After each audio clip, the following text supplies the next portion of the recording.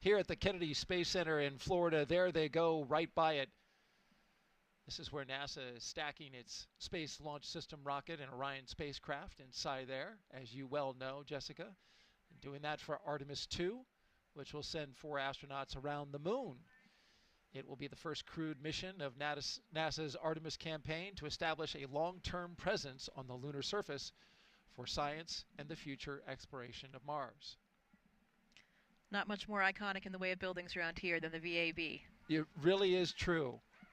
And very recently reached a major milestone in that. As you see the VAB in the left-hand part of the screen go out of screen, you see they're building the Mobile Launch Tower number 2 in the upper left. This is inside the VAB, where we're taking care of the twin boosters. Just finished stacking them, both 177 feet tall. They will provide most of the 8.8 million pounds of thrust needed to launch 4 astronauts on a 10-day lunar journey.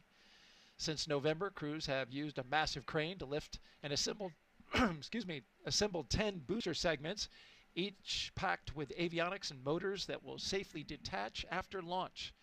Now, with the boosters complete, the focus shifts to integrating the SLS core stage, which you just saw, and we'll do that in the coming weeks. And while we're on the topic, Artemis 2 will carry NASA astronauts Reed Wiseman, Victor Glover, and Christina Cook, along with Canadian astronaut Jeremy Hansen, on a mission around the moon. Here's Jeremy now with an update about a recent training mission for him and his fellow Artemis 2 crewmates.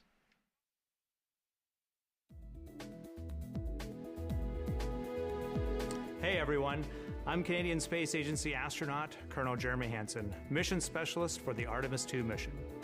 I'm here at the Johnson Space Center here in Houston, Texas, where we normally do most of our training. But every once in a while, we like to change it up a bit. Reed, Victor, Christine, and I recently spent several days in Iceland trading in our spacesuits for hiking gear to study its geology and surroundings. Why Iceland? Well, as you can see, it has a similar landscape and terrain to the moon with various volcanic rocks like basalts and breccias, and has limited to no vegetation. The Nordic island has been a lunar training site for NASA astronauts since the days of the Apollo missions. My crewmates and I teamed up with scientists and geology experts to explore the huge boulders, formations, and volcanic craters across the lava fields. During our journey, we stopped at various spots to discuss what we observed. Some of the really fine material is compacting into what's like the glue holding this together. And even tested different types of tools to collect rock samples. Although we won't be landing on the moon during our mission, this field work and navigation practice will allow us to make informed observations when passing the lunar surface and pave the way for future Artemis crew training. And that's your Artemis Moon Minute.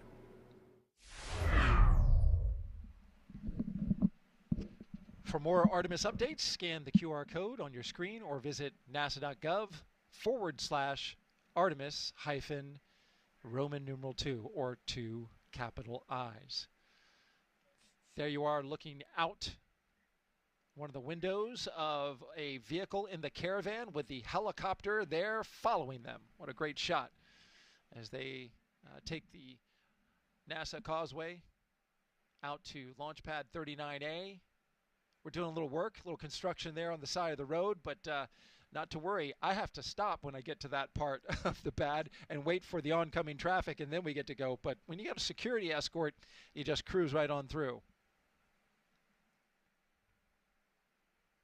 And many thanks to our flight team up in the helicopter today, getting some beautiful images overhead on what is a stellar day here in Florida.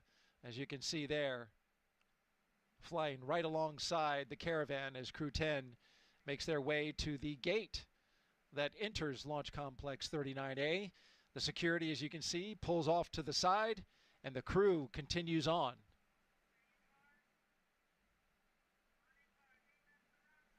I always love this shot where they drive past the hangar and go up the gradual grade to see their rocket in the front of the windshield. That's pretty cool. Yeah, it's always pretty dramatic when you're coming up to the launch pad for anything that's up there or any event that's going on. You know, to think about what's happening there and what has happened there. It's really humbling. CREW-10, Your ride awaits. And it's a bit of a process as the vehicles will park on the pad. The crew will get out. They'll go up the elevators in the launch tower to the left, and then they'll have to climb some stairs to get to the final top level, where they'll go across the crew access arm and into their spacecraft. We've got two mission specialists to talk about still. Let's hear from JAXA astronaut Takuya Onishi, one of CREW-10's mission specialists. When people are born, they naturally want to explore their environment. That's how we expand our world, and that's how we find something new, advance our technology and civilization. My name is Takuya Onishi, and I am a mission specialist for NASA's SpaceX CREW-10 mission to the International Space Station. I was born in Tokyo, in Japan, and I grew up mostly in the west part of Japan. My family moved our locations so often, so that experience actually helped me to get used to a new environment quickly and comfortably.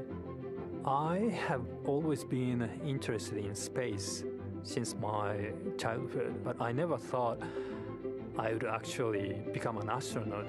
I chose to become a pilot. I think I was very lucky because the experiences as a pilot of a commercial airplane really helped me to go through astronaut selection process.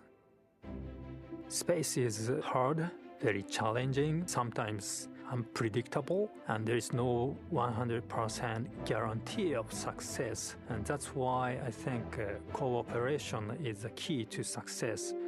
Each country, each crew member, each agency, each company brings its own expertise and its strength in order to be able to cooperate as a team. And I hope our CREW-10 mission becomes one of the best models of that cooperation. We've been training together more than a year. I believe we can be very successful in our goals and build a closer friendship among all of us, and of course, most importantly, have a lot of fun together. While we are on board the ISS, we are going to perform a lot of scientific experiments, including some medical experiments to better understand our bodies and for future space exploration. Our ultimate goal is to go to Mars, but it's not an easy journey, and when we face a new challenge, we must solve it step by step. Continue pushing the boundary of possibility makes us gain new skills and also enhance our experiences. What I like about the International Station program is each country brings its own strengths. It's like a patchwork quilt. Each country is just one patch. Putting all the patches together creates one beautiful quilt that is ISS. The other mission specialist is Roscosmos cosmonaut Kirill Peskov. Let's hear from him now.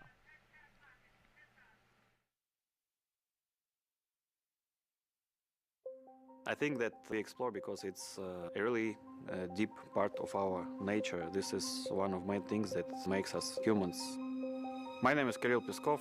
I am a mission specialist for NASA's SpaceX CREW-10 mission to the International Space Station. I grew up in a Siberian town called Nazarovo. It's in the middle of Russia, in the middle of Siberia.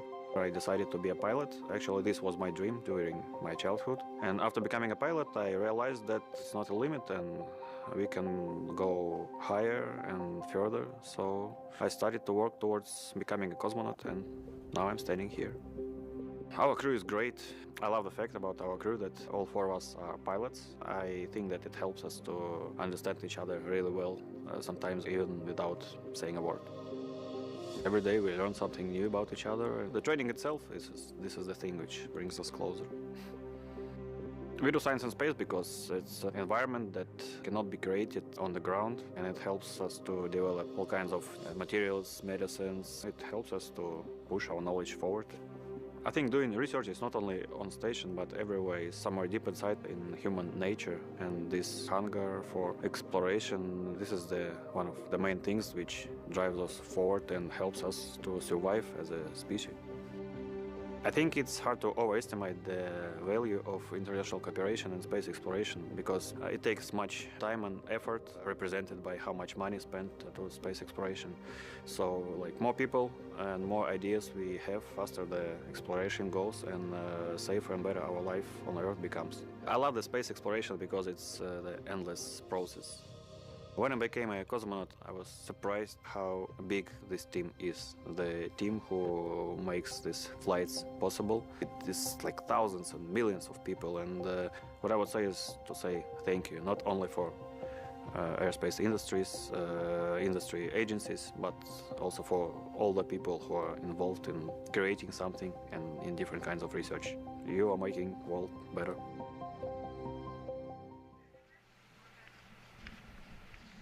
And there you see our commander and pilot making their way out to their ride, pumping fists.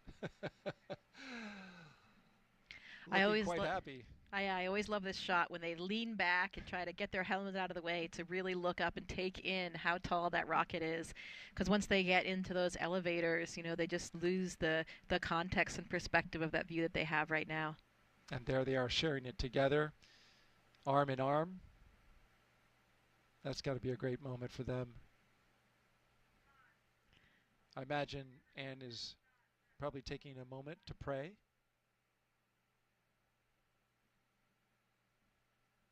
Yeah, there is a lot going on right now in terms of, you know, thinking about all of the preparation that's gone into this and these final moments as you're looking up at the rocket and getting ready to board that elevator. And I can no doubt be sure that Anne is providing some inspirational leadership words as well, because those are the things that she is just natural at. The other thing I love about that elevator is that button that they're going to push to bring them up to the top to get onto the rocket is actually labeled space. There's no floor number, it just says space. So hit that space button and you're ready to go. It's a nice touch once you get in the elevator. But I think it's also kind of funny that when you get out of the elevator, because of the way that Pad 39A was designed initially for not only Apollo missions, but also space shuttle missions, they have to climb one more set of stairs to get up to the level that takes them to space. Space almost. There you go. They'll pop out right there when those doors open up.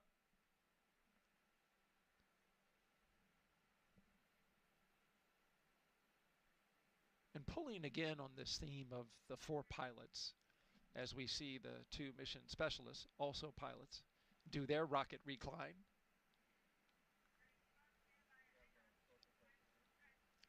I was struck by what Anne McClain said in a press conference when she said, you know, as pilots, as she ascends the stairs along with Nichole Ayers that we were just talking about, they like to do the pre-flight check, right? Check out the aircraft, look at all the compartments, check the logbooks, maintenance books. But they rely on a very large team to do that when you go to space, because as pilots, they can't do that in this situation. They have to rely on the men and women of NASA and SpaceX to get this equipment ready to go. Yeah, and that's one of the things that for us as astronauts is so important, and it makes these roles that we have on the ground even more meaningful. You know, we talked about Talk's experience as a flight director, we talked about all the various different ground positions that we serve as astronauts, and all of those things are so valuable, mostly because you get to know the people that are working on every system and every aspect of your mission. And we develop this camaraderie and this trust in those people. And that is, I think, you know, the number one thing that puts your mind at ease. You know, people always ask us as astronauts, are you afraid? You know, what are you thinking in those moments? And really the answer is we're not afraid, because we rely on this incredible training that we have and all of these people on the ground. We know that safety is their number one priority, and we trust them implicitly. Because as you mentioned, we don't have the knowledge. Crew's at the right room. On schedule. we don't really have the time or the know-how to inspect all these things ourselves, and so we do 100% rely on the NASA and the SpaceX teams. And we see some of those team members, the more visible ones, there on your screen as the mission specialists come out of the elevators and make their way up the stairs. We just saw Commander Anne McClain and pilot Nichole Ayers getting into the White Room right on time. And now mission specialists Takuya Onishi and Kirill Peskov will make their way up to the top of the launch tower. And as you were talking, I was reminded that you have an interesting story about a couple of the astronauts regarding being up this high. I do. Maybe we don't need to mention any names, but there are actually astronauts in our office that have quite a strong fear of heights. May or may not be 75% of this crew actually right now. Something again that they really share in common and find strength in together. Once you're in the spacecraft and it's articulated into flight position, they won't have to worry about feeling that. Yeah, it's interesting because they are all pilots, so they're certainly well accustomed to it for sure. And I think that's one of the things that our training does for us. It allows us to just be operators and overcome any of those pre-existing fears. Okay, Anne and Nichole are getting ready to ingress to the spacecraft, and there goes Anne. Countdown. Ingress start. Making sure not to bump the door, which has a very important seal around it that keeps their environment on the inside and space on the outside. Yeah, absolutely. Even just one small hair, you can see that's why everybody is so carefully, everything's contained with their hair, their face and everything, not just for the quarantine, but also just that white room environment to make sure that nothing gets in the way that could break that seal. Here come Kirill and Takuya. Big waves, pumping fists. They're ready to go. Into the White Room they go, where they will sign that NASA meatball that you see on the side. Yeah, there it is, another one of the traditions. While we're in this moment, we want to take a social question now. If you have a question, please jump on to our social platforms. Use the hashtag AskNASA. Send us a question. Jessica will be doing the answering. She's the expert. And we have our first question now. JVO 9000 asks, how do astronauts deal with stress or anxiety prior, during, and possibly post-launch? Well, that's a pertinent question. I think it really goes to what we were just talking about. Because we have this incredible training and this network of personnel that we rely on, we don't really feel that kind of fear or stress so much because we have so much of this real muscle memory just kind of baked in there. And I think that helps you operate above any latent stress or anxiety. I mean, of course we're humans. Of course we have all the same emotions as everybody else. But when you have that really extensive training and this trust in the hardware and trust in the ground teams, it allows you to be an effective operator and operate beyond that. I was actually talking about this with Anne's mother just today. For us, the launch process is really not that stressful. It's really much harder, much more difficult for the loved ones and the families on the ground because they don't have that same level of training. They don't know exactly what to expect the whole way. They don't necessarily have that trust in the hardware like we do. So they're the ones that I think this day is so stressful for, not necessarily us as astronauts. How about that? I've heard other astronauts say that all of that training, just like you mentioned, it is muscle memory. They have done it so many times that it feels like on launch day, just part of the training. Yeah, and it was certainly like that for me on my launch. You know, people always ask like what you felt like, and we had been through that entire sequence so many times in the really high fidelity simulators that we trained in Russia that I almost had to remind myself that the end of the day was going to be different. You know, I was actually not going to go home to the cottage for dinner. I would be in space at the end, you know, only after about 8 minutes. And then you hear things, you know, you feel the rocket move a little bit, you hear a groan from the fuel system, and those are the things that are like, wait a minute, this is a little bit different. We've got another social question. This one directly to you, Jessica, about your experience. What was your favorite place on Earth to see, presumably when you were up at the International Space Station? Yeah, that's a tough one to pick just one because this vantage point that we have is so unique and special. I think some of the things that I wasn't really aware of were, for example, all of the different colors and textures of the dunes. So if you look in Africa or in the Middle East especially, all these different colors and textures and crazy and intricate shapes that I was really not that prepared for. You know, it's if you zoom in with a 400 millimeter lens, it's like a modern art. It's like you're going to a modern art museum and capturing all of these images. It is it's really just jaw-dropping. I really also liked seeing all the currents, the way the water swirls, especially in the coastal regions, the different color swaths that you see, the glaciers, coral reefs, around. I had been diving in the Great Barrier Reef a few years before my mission, so it was really cool to see the reefs off of Australia. The Patagonia ice fields, another favorite spot of mine, where these like glacial tongues kind of come down and you see these high altitude turquoise lakes, and it reminds you how beautiful the planet is. And there are so many places that I know now that I need to explore that I weren't even necessarily on my list before my mission. And you saw Antarctica, a place where you did a lot of research. Yeah, given the latitude, given the inclination of the space station, we don't get an incredible view of the Antarctic, unfortunately. I wish that we did, but you can see the Southern Ocean and a little bit in the distance.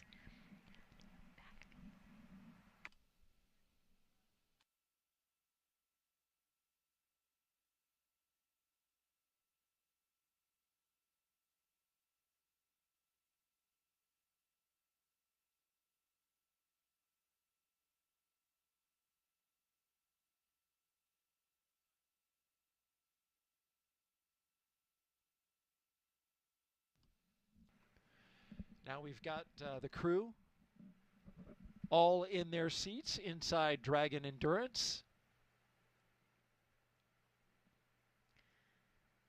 Yeah, they're clipping into those 5-point harnesses, making sure that everything is secure, and you can see they're getting some help from the SpaceX team just to make sure that everything is lined up correctly. They're going to be comfortable, they're going to be safe in that environment as they're waiting for launch. It's still there. It's softer.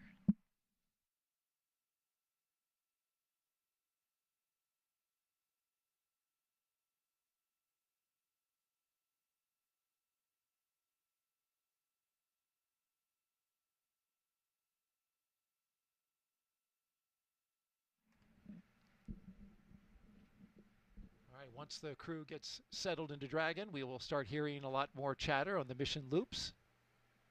That's because the crew will have to participate in different communication checks.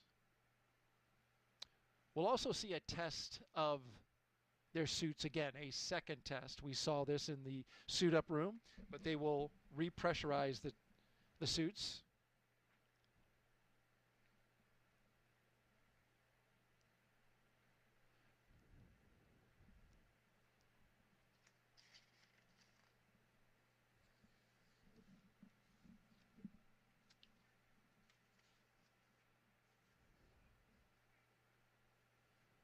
From left to right, we have Kirill Peskov, mission specialist, Nichole Ayers, the pilot. To her right, Commander Anne McClain. And on the far right, Takuya Onishi. Yeah, and you can see that the SpaceX personnel are passing them some cue cards that they can use, for monitoring the different phases after liftoff along the ascent corridor and all the different aspects, all the different stages of the flight profile, so they can really make sure that they're monitoring the correct information. Obviously, they've been through this in many, many simulations before, but always good to have those reminders about what you're looking for when. You can see the control displays are really just above Anne and Nichole's heads there, so we can't actually see the displays themselves, but once they're looking up, they'll be able to monitor all of the displays that they're tracking. All 4 seats will articulate up into launch position, as you mentioned, and then they'll have access to their screens, their heads-up displays.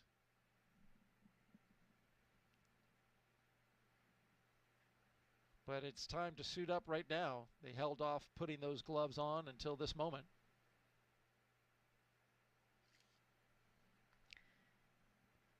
Yeah, making those final preparations. You can see they have a footrest there as well, and so the bottom of the boot actually has a little divot in it, so there's a little mechanism that they can slide their heel onto to help keep their heels in place as well, keep their feet in place. Kind of like a bike shoe? Yeah, a little bit like that.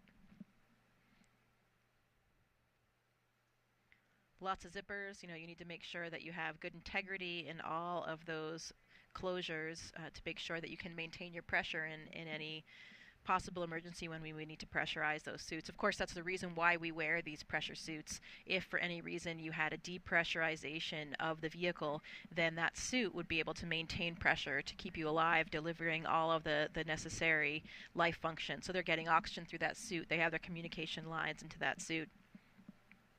And we've seen that suit flight proven in a more recent mission, a private mission where they depressurized the capsule intentionally and allowed one of the private astronauts to go out and do a spacewalk. In fact, he is now NASA administrator. Yeah, that's right. There were 2 other crew members in the Polaris Dawn mission that did that spacewalk. That was the first private spacewalk, and it was a slightly different version of this suit. It's not exactly the same suit, so they did actually develop a new suit, new version, so that we had a suit that was capable of doing a spacewalk. In space vehicles, we wear these launch and entry suits, and that's mostly a pressurization suit, as we mentioned, for maintaining the pressure if you had a vehicle depressurization. Not necessarily the same thing that you would use to do an entire spacewalk, because you need different levels of protection and different functions for that.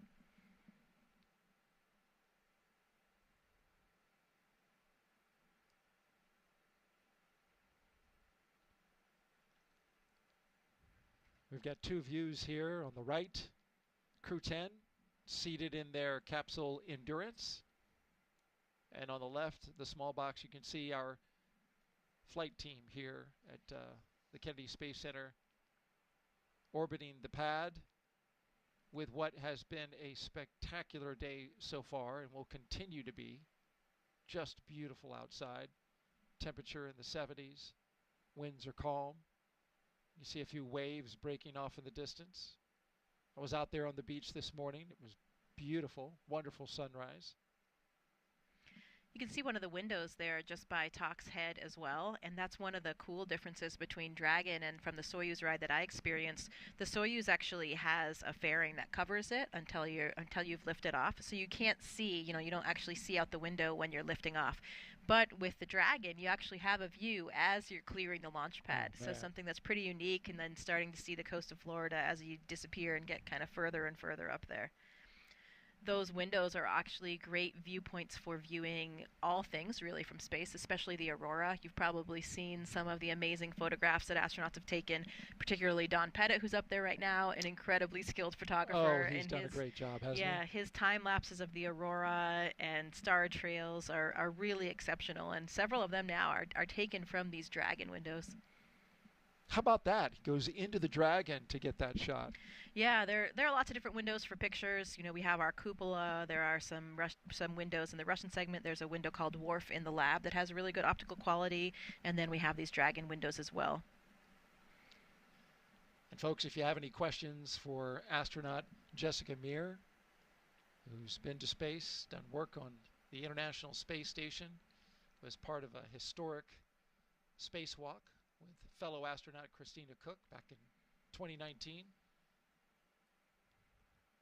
Just send your question with the hashtag AskNASA to our social media accounts on Facebook, Twitch, X.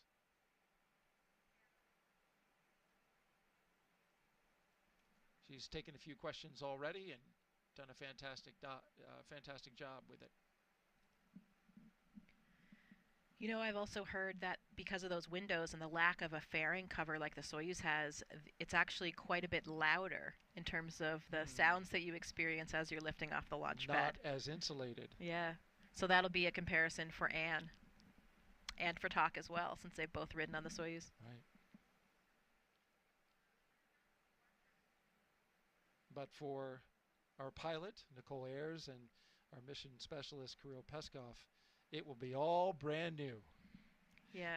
And I hear the NASA astronauts and the veterans of spaceflight enjoy watching a first-time astronaut, get their first flight. Oh, yeah, absolutely. I mean, it's like doing anything in life, right? No matter what it is, over time, you might get a little bit jaded by it or kind of forget how special it is. I think about that a lot when I give tours to people at NASA. You know, you walk into these buildings, which you're in pretty much every day, and then you bring someone in who sees it for the first time of their eyes, and then you remember how special and cool it is what you're actually doing. And I think that's really important, right? Sometimes you need to really take that step back and have that perspective. Now, certainly there's nothing mundane about going to space, whether it's the first, second, third, or fourth time. But Anne and I talked a little bit about that before this launch, about how differently it'll feel. And I think for me and from other people that I've talked to, my first memories of the first few days in space are really pretty hazy. And I think that's because your brain is just simply overwhelmed. You're navigating now in this three-dimensional volume, which is entirely different. You're physically having these new neural networks in your brain that are forming. And you see the experienced flyers, they come in and they're a little bit more graceful from the beginning, and I think that's just biology. Those neural networks in their brain are already formed, and even if it's been 5, 10, 15 years since they've been in space, they're suddenly reactivated and they're just able to deal with it from the beginning. So I was wondering, I asked Anne to pay attention to that. Your memory of those early moments will probably be more clear than it was the first time, just because it's not as new and not perhaps quite as overwhelming. That's fascinating.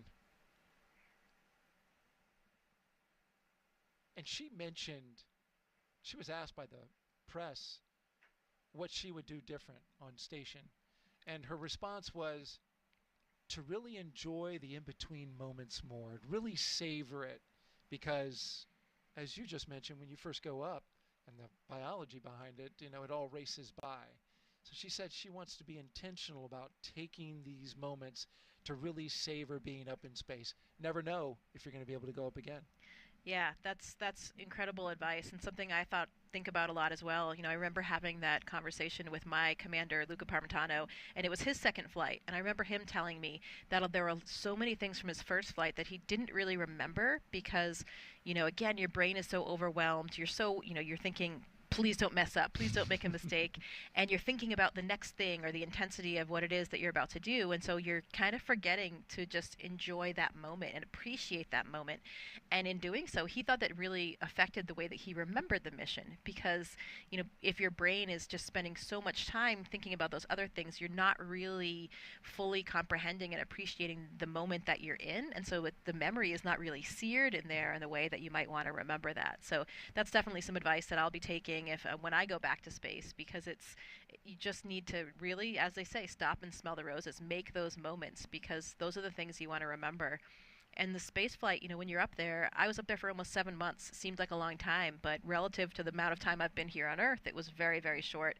And now, I've been back for 5 years, and it feels almost like it was a dream. It's hard to believe that it actually happened, because it's just so different and extraordinary compared to everything else you've done your whole life.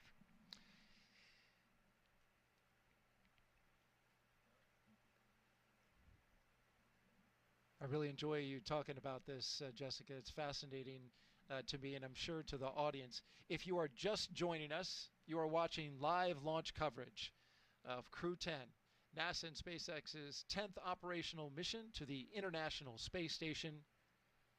We are T-minus 2 hours and 34 minutes until liftoff. The crew woke up, had their medical checks, got their breakfast in, their favorite meal. They were transported out to the launch pad after suiting up at astronaut crew quarters. They ascended the launch tower and into their spacecraft, and now you see them there live. The view on the right, the CREW-10 astronauts, Cosmonaut, and the JAXA astronaut. And on the left, you see the closeout crew doing their work, getting ready to close the hatch on the Endurance spacecraft. This is a very careful process because any small amount of debris, even as small as a human hair, if it gets in that hatch, the seal, it could cause a leak. So the crew is methodical as they go through their steps to make sure that that seal is in pristine condition. Yeah, luckily we will do that pressure check one more time, and we'll do that pressure check of the capsule itself as well, so we'll know, before we lift off, we'll know that we'll make sure that we verify we have that integrity. And that has actually delayed launches a little bit in the past, where, we've found something in the seal, and they've had to find it and still been able to move on and lift off as planned. We talk about what the crew's been doing. We, as astronauts, actually sleep shift before these missions, depending on what time our launch is, depending on how long the phasing will be to get to the space station, because, of course, we want to make sure that we can arrive and be pretty well rested. It makes for a really long day. The crew actually, their official wake-up time was at noon today, so they've been kind of adjusted to this sleeping in, staying up late schedule, which is perfect for people like Anne and myself. We were made for that, so banker's hours here for them. I love it. I get up early. I enjoy getting up early, but this is a perfect mission timeline for folks like yourself and Anne. I mean, it is fantastic. And we're going to have a beautiful view tonight. I am really looking forward to this because we will be launching at 7:48 and 57 seconds p.m. Eastern Time, and that is right after sunset. It will be twilight out. And when the spacecraft and the rocket get up a certain distance and altitude, the light really plays with the exhaust from the rocket. Some people call it the jellyfish effect, but you get this tremendous visual of the rocket going into space, and it sometimes creates light patterns that are unforgettable. Yeah, it was about the same time of day when I took off on my mission, and everybody described it as being such an incredibly gorgeous time. Spectacular, really, to be there viewing it, given that changing light, as you were mentioning, for twilight. So this should be quite a show here for everybody that's gathered in Florida today to see it. And as we look at the crew inside their spacecraft Endurance, another question coming to us on social. Jack Frost asks, not sure if it's the real Jack Frost, because it's not that cold here. Why are they getting in the rocket so early before launch, 2.5 hours?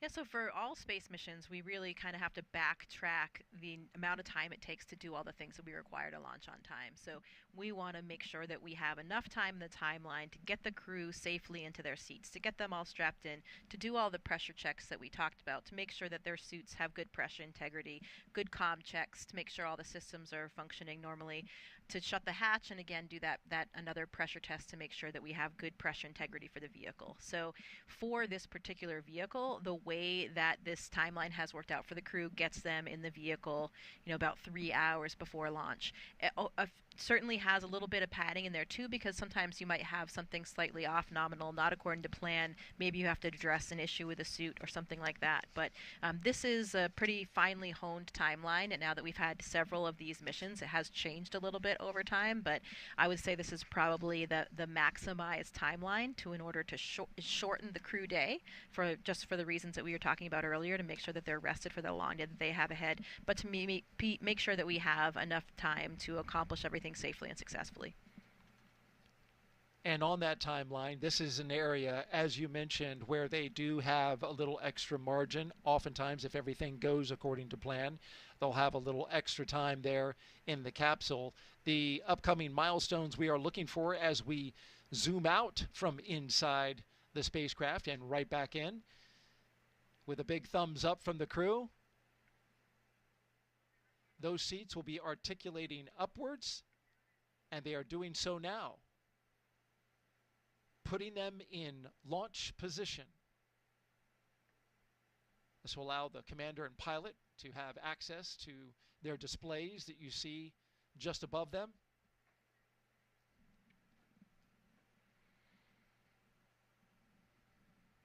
This is also helpful to the astronauts who can't spend forever on your back. It's a comfortable position, I'm sure, but there are SpaceX seats are in the launch position. There are concerns that, and I know this from the Artemis missions, that you can only spend so much time on your back. So with SpaceX and the late load, it's very convenient. It's a very short amount of time that they spend on their back before going up into space. And now we're getting some of those comm checks.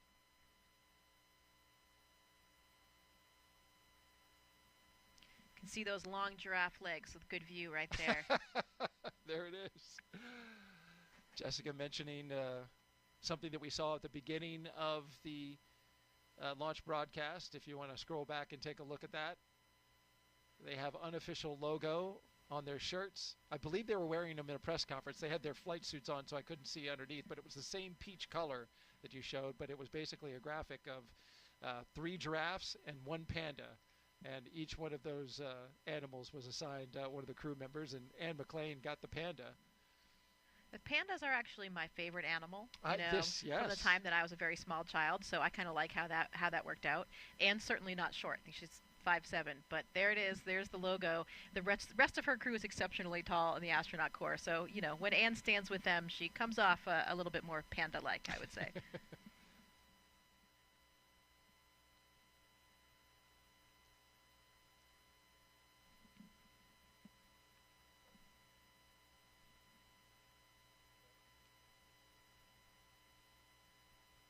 So the next few milestones we should see. Dragon, SpaceX, you are go for Section 2, suit leak check preparation. That's right, is suit leak check. This is the second of the day. Copies, we are go for Section 2, suit leak check prep. So you will, after that brief initial comm check, they will suit leak check. And so you will see the suits inflate. They'll put their visors down.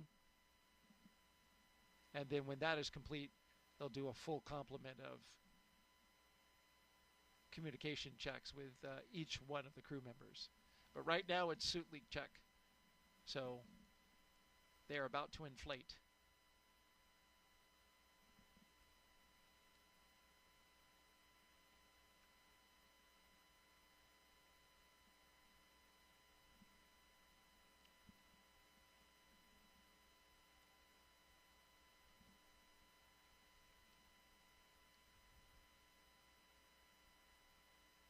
As we await this this next milestone, I want to go back to what you were talking about and the memories of being in space, and how clear are the memories of your spacewalk when you were outside the space station, dangling in essence, looking down at the planet. Did you have a moment where you were able to just take it all in, to pause?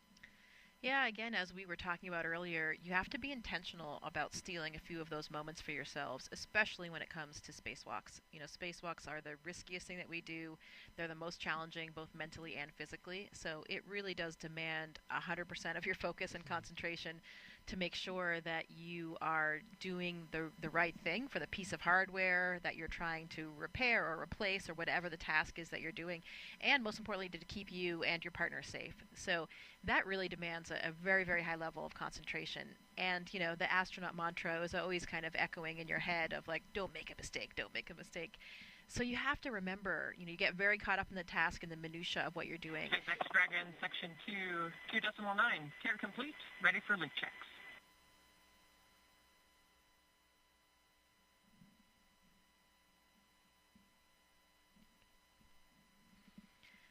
So there were a few moments that I did. I thought, okay, I need to look down. I need to appreciate SpaceX this. copies. You are go for Section 3, suit leak check. Please go for Section 3, suit leak check.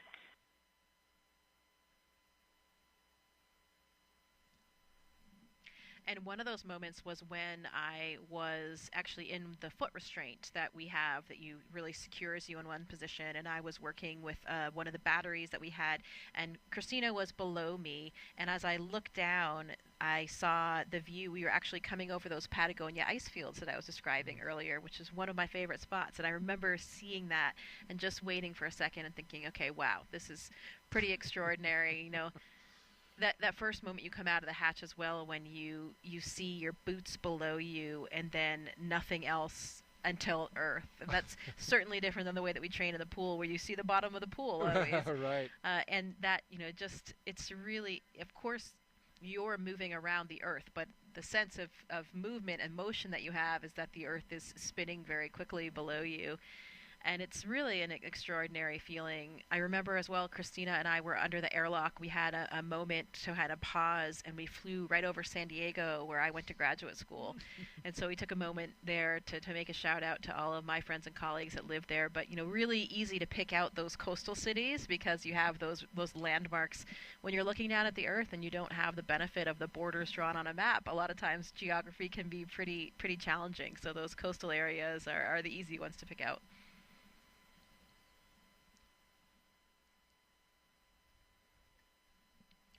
Depending on what you're doing on a spacewalk, though, there can actually be pretty long opportunities that you have to appreciate the moment. And I was really jealous. I remember when I was inside flying the robotic arm, Luca Parmitano and Drew Morgan were doing a spacewalk to fix the AMS, the alpha magnetic spectrometer.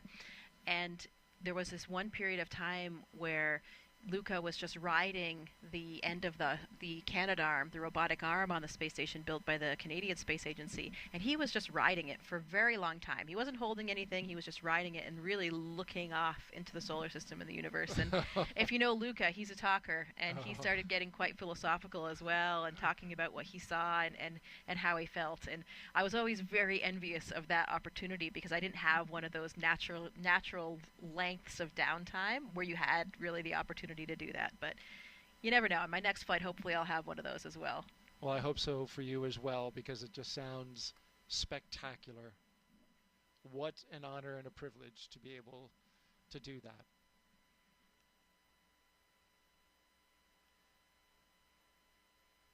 Well, it looks like we're getting some inflation, right? Whenever the helmet starts to ride up the face, means we got some pressure in there. Yep.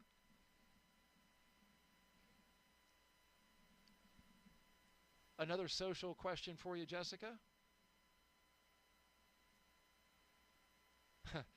Zryan Dox asks, what happens if the astronauts felt the need to scratch? Oh my goodness. Yeah, that is Hope a they're not good listening. question. Good question, and unfortunately, often there isn't a lot that you can do. You can see right now they're already finished up with those pressure checks, so it wasn't a very long time. You saw Kirill actually reached right in and scratched his nose, so he looked like he did have something like that. SpaceX Dragon, suit leak check complete for nominal suits. SpaceX copies and concurs for good suits. Additionally, at this time, I have an update on the hydraulics issue that LD briefed during the weather briefing, if you're ready to copy. There you go. All right. The hardware is healthy, but we are currently still evaluating system performance. We want to provide an update no later than T-minus 1 hour. If additional time is needed, the final call just needs to be made prior to LES arm, but still expect an update from us no later than T-minus 1 hour. How copy? Did we copy the update? We'll expect an update prior to 1 hour and understand the constraint with the LAS Army. Thank you.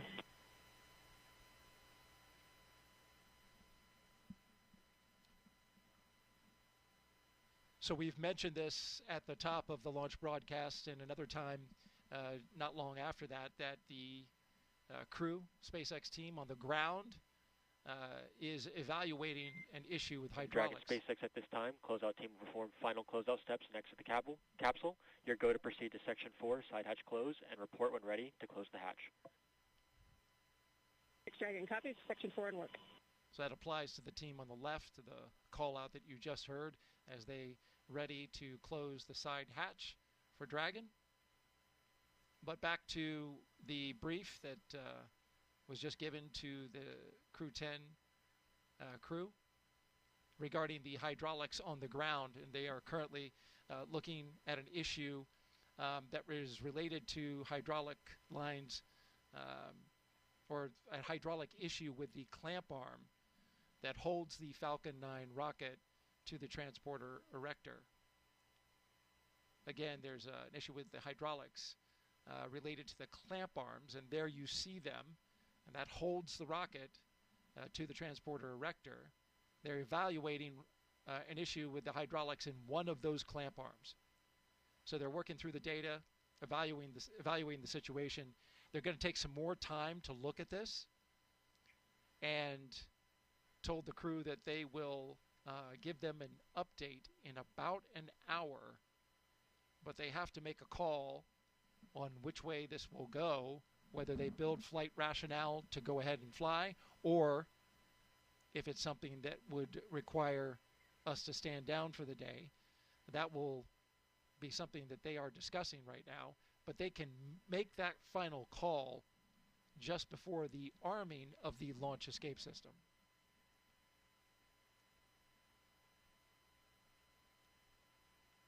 We just completed suit leak checks. CREW-10 is in their seats. Moving forward. Yeah, and to finish off that last question about what happens if you get an itch when you've got your visor closed. Yes. So different spacesuits have, different interiors. If you think about the EMU, the extravehicular mobility unit, that's the spacesuit that we use for our spacewalks on the International Space Station. There are a couple things that you can maybe use to itch a little bit if you have something on your nose or somewhere on your face. There's a Valsalva device that's actually mounted on the visor, and that helps you clear your ears when you're changing pressure. So sometimes if you have an itch, especially on your chin or nose, you can kind of wiggle your face down to clear it that way, to scratch it a little bit with that Valsalva device. You also have a little, the nipple for a camelback water reservoir. It's kind of like that, but it's mounted on the inside of our spacesuit, and you can use that to try to get at us, to scratch that itch if you have one.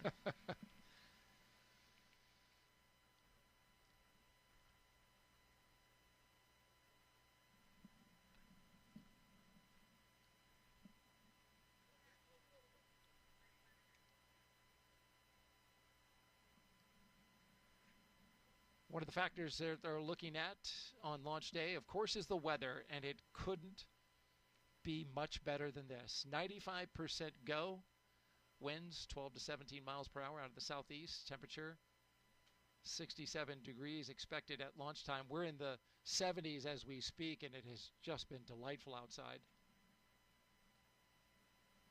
SpaceX and NASA not only look at weather at the launch site, though, but also around the world, making sure conditions are acceptable if Dragon has to splash down in the Atlantic in case of an emergency. So, of course, teams are monitoring contingency splashdown locations if the crew had to come back to Earth before docking with the space station.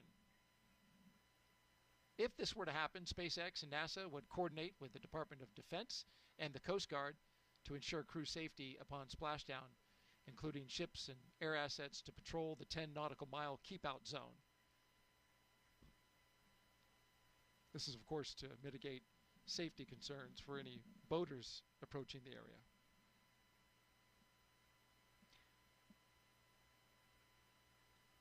The weather brief that they got at the top of the launch broadcast was that conditions along the ascent corridor were good. They did have some winds that were teetering right on the line, but they were expecting them to go down.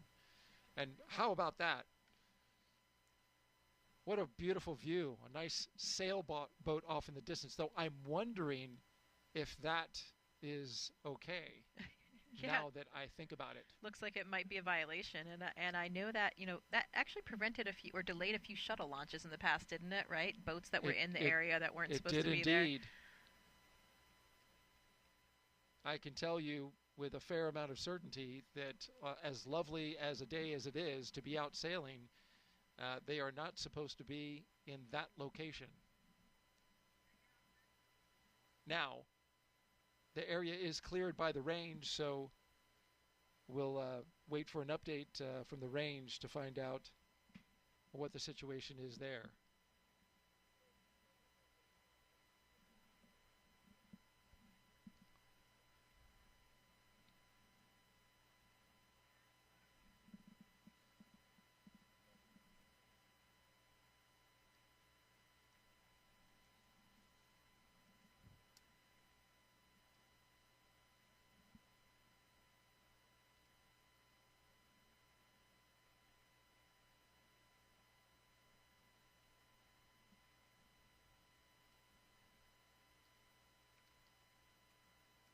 You know, see, there's not a cloud in the sky, so that's another nice feature for the viewing today. You know, sometimes if there are a few clouds interspersed, you lose your view for a minute or two once it gets above that cloud later, but that should not be a concern for today.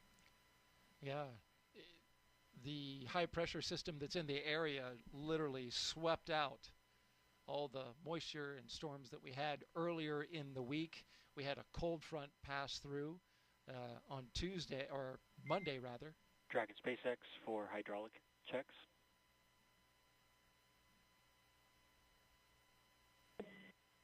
Just giving an update that they're about to start an additional set of kinematics tests on the hydraulic system, so you may feel or hear some valves clicking, but this is expected. Thanks for the heads up.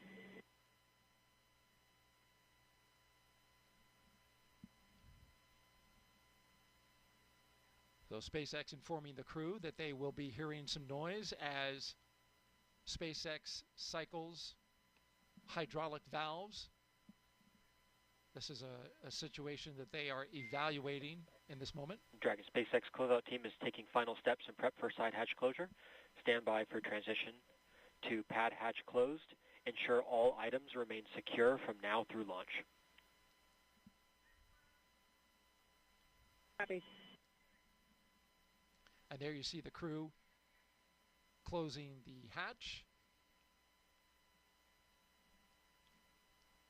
But again, back to the hydraulic issue, SpaceX cycling those valves as they work an issue with some ground equipment, the hydraulic lines, and the system that feeds the clamp arms, which holds the rocket to the pad. A note about that boat that we saw earlier, there is still plenty of time to clear the range. And so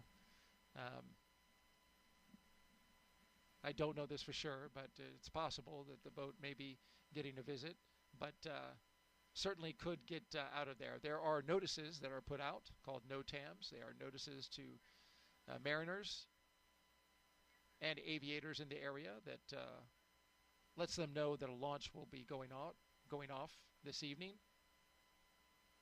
And the Cape Canaveral Space Force Station, the 45th Space Wing, has the responsibility for the range. And of course, again, plenty of time to clear the range before liftoff. Currently sitting at T-minus 2 hours and 10 minutes and counting. You're watching live launch coverage of NASA and SpaceX's CREW-10 mission to the International Space Station. 2 hours ago, the crew made their way out of astronaut crew quarters. After they suited up, they got into their rides, drove out to the launch pad, ascended the launch tower, walked across the crew access arm and into the Dragon Endurance capsule that you see there. The Endurance spacecraft currently on its 4th flight. The flight leader in the fleet currently. The crew is now inside the capsule, and the team there at SpaceX performing some leak checks to make sure the capsule is airtight.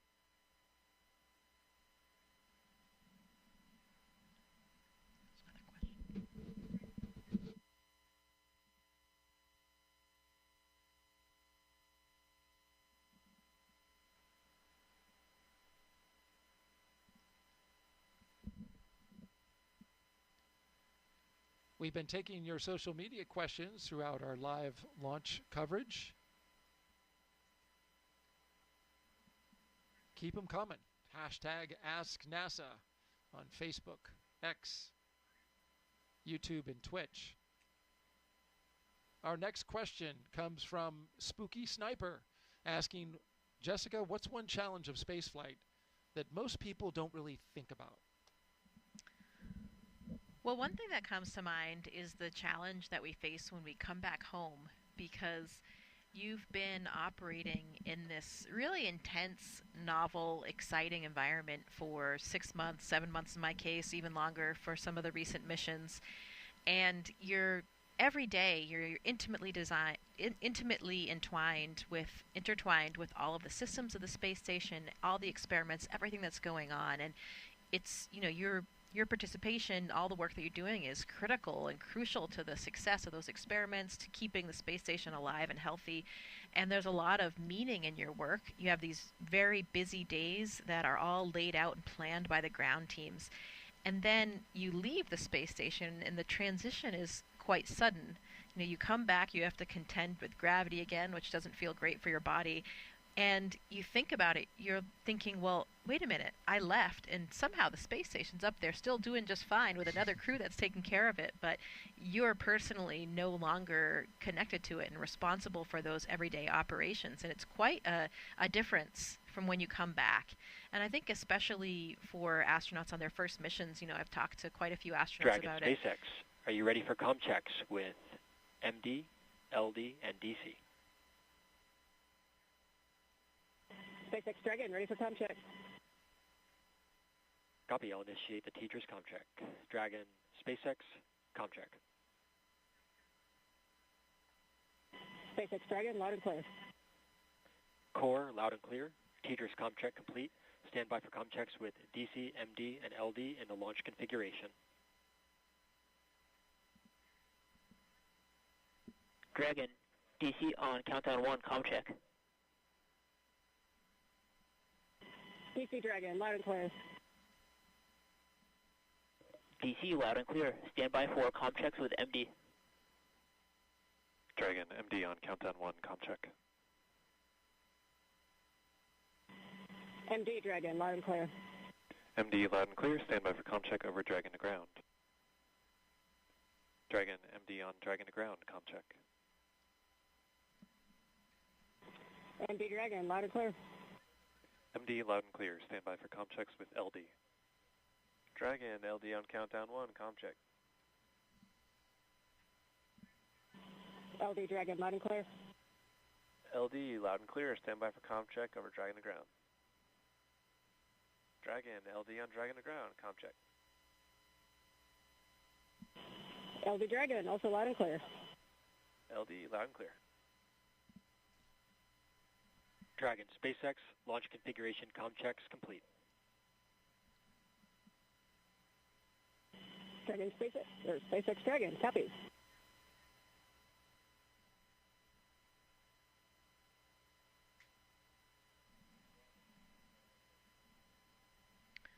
Yeah, so to wrap up that last question, you know, when you return from spaceflight, some astronauts, including myself, have kind of had this feeling of aimlessness almost. You know, you've just accomplished this number one goal that you've had, this dream you've had your entire life from the time that I was 5 years old, from my perspective. And I actually returned at the time of COVID, so it was coming back to a completely different planet. But, you know, finding, again, you know, your purpose and your mission it's probably something that most people don't think about when they think about the challenges of spaceflight.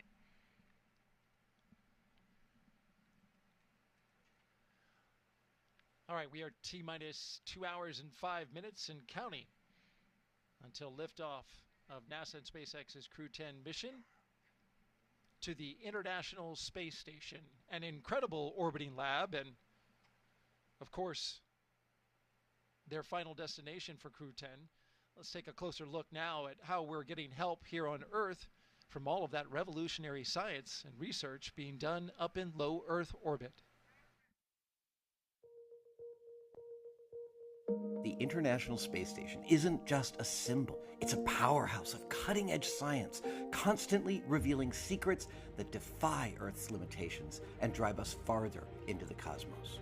Our mission is research and science. We have experiments mounted on the outside of the station that are looking at Earth. We study our own bodies and how they react to space, to weightlessness, to radiation, and that helps not only us go on further in future missions, but also helps for medical research back home. And then we study lots of different things as well, like materials, combustion, all sorts of things that help us understand life back on Earth.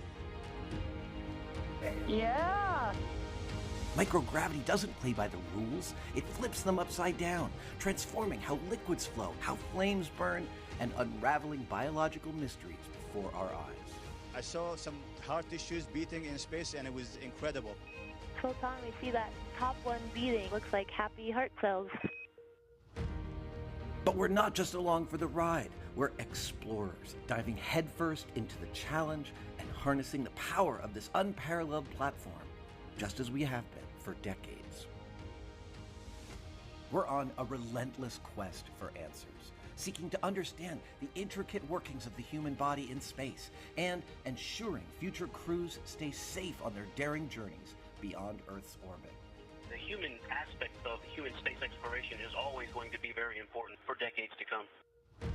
And when it comes to technology, we're not waiting around. We're discovering new ways to grow crops in harsh environments and engineering innovations to tackle Earth's greatest challenges.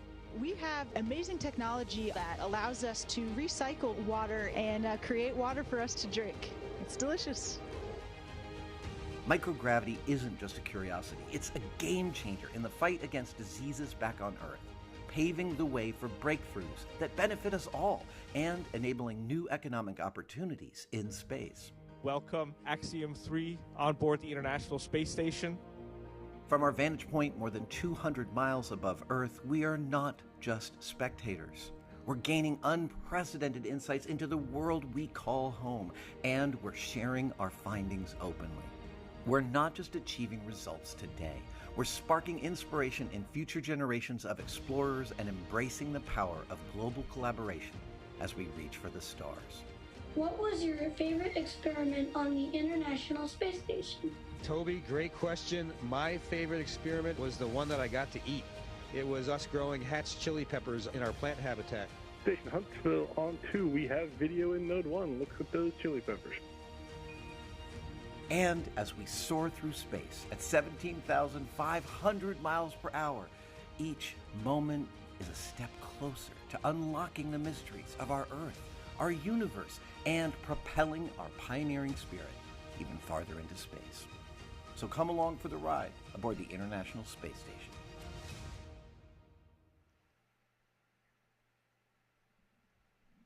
Seeing all that footage from up at the ISS, I'm sure brings back a lot of fond memories. Absolutely, especially as a scientist for me. You know, I get very excited about our role as astronauts in conducting these scientific experiments. It's so rewarding to know that you're really helping science progress, and you're the person up there as the operator and or subject to help gather all this valuable data for the teams. I know that for this mission we have a lot of different scientific experiments, just a few that we could mention. There are a few that will be actually performed in Dragon, so in that phase of flight before getting to space station, and a few others on the space station. Starting off with those in Dragon, there's an experiment called Space Health. It's a Canadian Space Agency experiment where the astronauts are wearing these biomonitors. So it's a wearable technology garment that's looking namely at cardiovascular variables, so what's going on with our heart, and a lot of important factors to see what happens in microgravity. You know, we have such a big difference in our physiological systems if we don't necessarily have gravity, which is pulling our blood and body fluids down to our feet. That leads us to the second one, an experiment called Thigh Cuff. This is a relatively new experiment where the astronauts that are participating will be wearing this kind of restrictive band around their thighs, and that it will help reduce the blood flow, so it'll change the way that fluid shift is happening, where once you get in microgravity, you have this upward fluid shift, less blood in your legs, more in your upper torso and in your face. You can kind of see that in some of the astronauts, especially in the beginning when they're up there before you have a kind of compensation for that. And these fluid shifts may be part of the reason why we're having problems with our eyes. Many astronauts are coming back with some deficits to their vision and even some anatomical changes to the back of the eye. It's a syndrome called SANS, Spaceflight Associated Neuroocular Syndrome. So this thigh cuff experiment will provide a lot of data to see if this could be used as a countermeasure to help counteract some of those effects. There's also an experiment called Immunity Assay, which is a new way to monitor health and immune function with a blood sample in space. So this is looking at a new assay that can be conducted in flight instead of what we usually do is obtain a blood sample, and then we have to wait until that blood sample makes its way back to the ground before we can really get a good look to understand what's going on there. Once they're on ISS, some of the astronauts will be participating in the CIPHER study, and this is a very comprehensive physiological suite. It's a multidisciplinary study looking at physiological and psychological factors, and it's 14 different studies all wrapped into one big blanket. And it's really looking at comparing and contrasting long-duration missions in the future, missions of different durations, and getting a really comprehensive understanding of all of those different physiological systems, again, with some of the applications to SANS like we were talking about. Another experiment called Drain Brain 2.0. This one's looking at blood flow between the heart and the brain, uses a special neck collar to understand what's going on with those dynamics with blood flow between the heart and the brain in microgravity. There are some more combustion experiments. We saw that in the video, something that we do on almost every ISS mission these days because, of course, even flames burn differently in space. We don't have convection, air is moving differently, and that has led us to a lot of breakthroughs in understanding more about how fire burns, what makes up these different constituents of flames. This mission, they'll be doing experiments called SOFI, and that will be looking at the different models for flammability with applications toward future space missions and also some terrestrial applications for combustion models. So as you can see, you heard the astronauts talk about it in the video. We do all kinds of science from all different aspects. When you remove this elephant in the room that is gravity, this variable that's present in all experimental models forever from the beginning of time on Earth. If you remove that, who knows what results can happen. So it's a really, really exciting place to do science.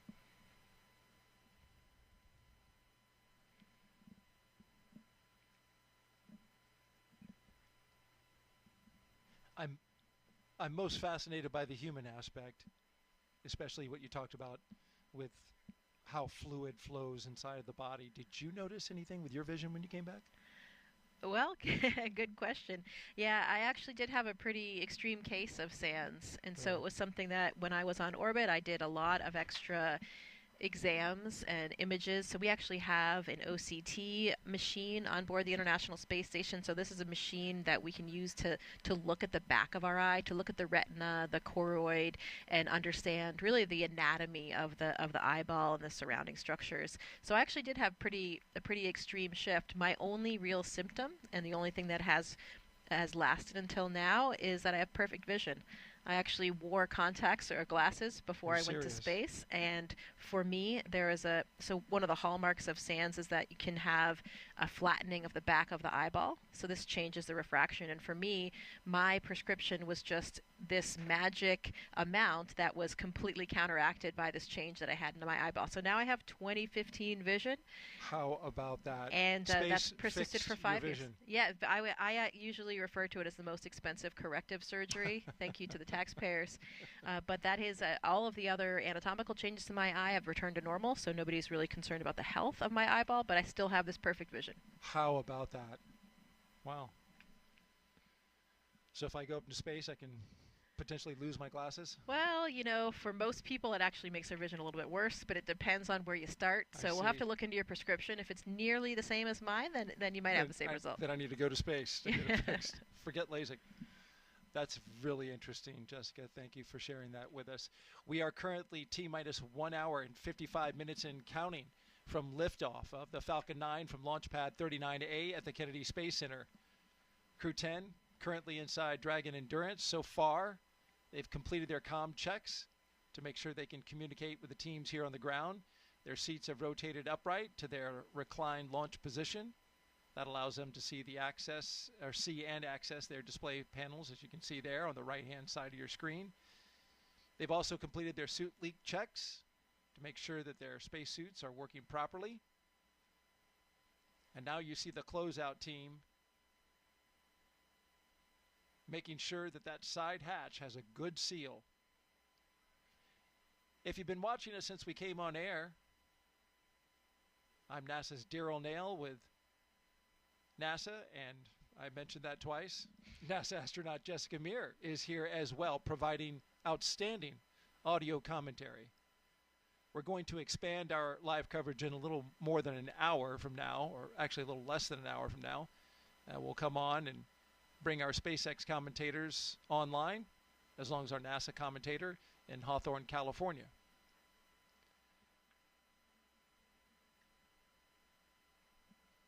Here's another look at the crew going into space today.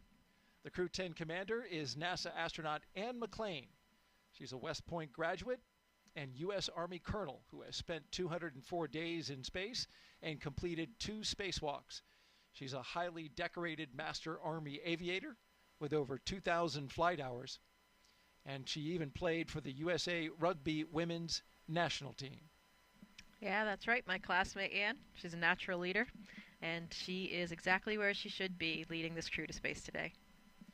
Your CREW-10 pilot is NASA astronaut Nichole Ayers, a U.S. Air Force major and graduate of the Air Force Academy. Nichole has flown the T-38 and the F-22 Raptor, logging over 1,400 flight hours, including 200 in combat. This will be her first spaceflight, making history as the first astronaut from NASA's 2021 class to fly. You know, to add another dimension, Nichole also minored in Russian while she was at the Air Force Academy. So lots of, we talked about shared language earlier, and in a literal sense as well here for these crew. Very helpful on this mission and this flight, and better communicating with her mission specialist, Cosmonaut Kirill Peskov. Our mission specialist, JAXA astronaut Takuya Onishi. He's returning to space for his second mission, a former commercial pilot. He spent 113 days aboard the space station in 2016 and became the first Japanese astronaut to capture the Cygnus spacecraft. When he's not training, he enjoys flying, hiking, movies, and playing the sax. And when they reach the space station, Anne will hand over her commander duties to Tak. Tak will actually become the commander of the space station, and he'll be the third JAXA astronaut to serve in that role after Koichi Wakata and Aki Hoshide. Taking advantage of his experience as a flight controller on the ground that he did right after his first space flight. The second mission specialist is Roscosmos cosmonaut Kirill Peskov, a former airline co-pilot. This will be his first trip to the International Space Station. Trained in skydiving, zero gravity, scuba diving, and wilderness survival, he's ready for the challenges of space. Kirill is always finding adventure on this planet. He has that sort of adventurous spirit, so he's always exploring every environment he's in, and I'm sure that this will be even more special for him, having that natural sense of exploration and adventure in him when he sees the Earth for the first time from above. A fine crew, all 4 of them pilots. 2 military pilots, 2 commercial pilots. They all speak the common language of aviation. We are T-minus 1 hour and 50 minutes until liftoff of NASA's SpaceX CREW-10 mission.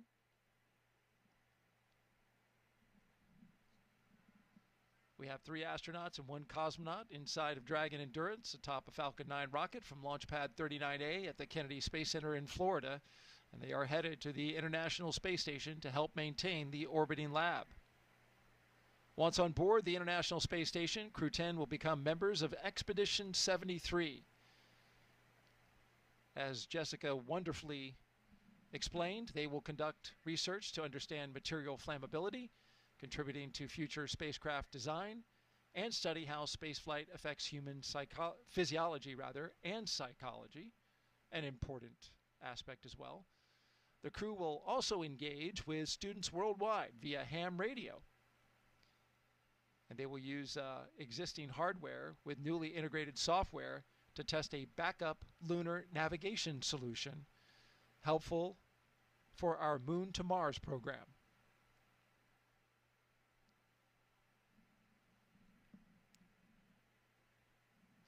Yeah, just want to clarify, they will become part of Expedition 73. 72 is currently on the station, and there you see some of our crew members from CREW-9. Yeah, that's right. The expeditions actually change over with the Soyuz launches. So the next Soyuz launch will actually, Johnny Kim's launch on April 8th with Sergei Ryzhikov and Alexei Zubritsky, that will mark the beginning of Expedition 73. Right.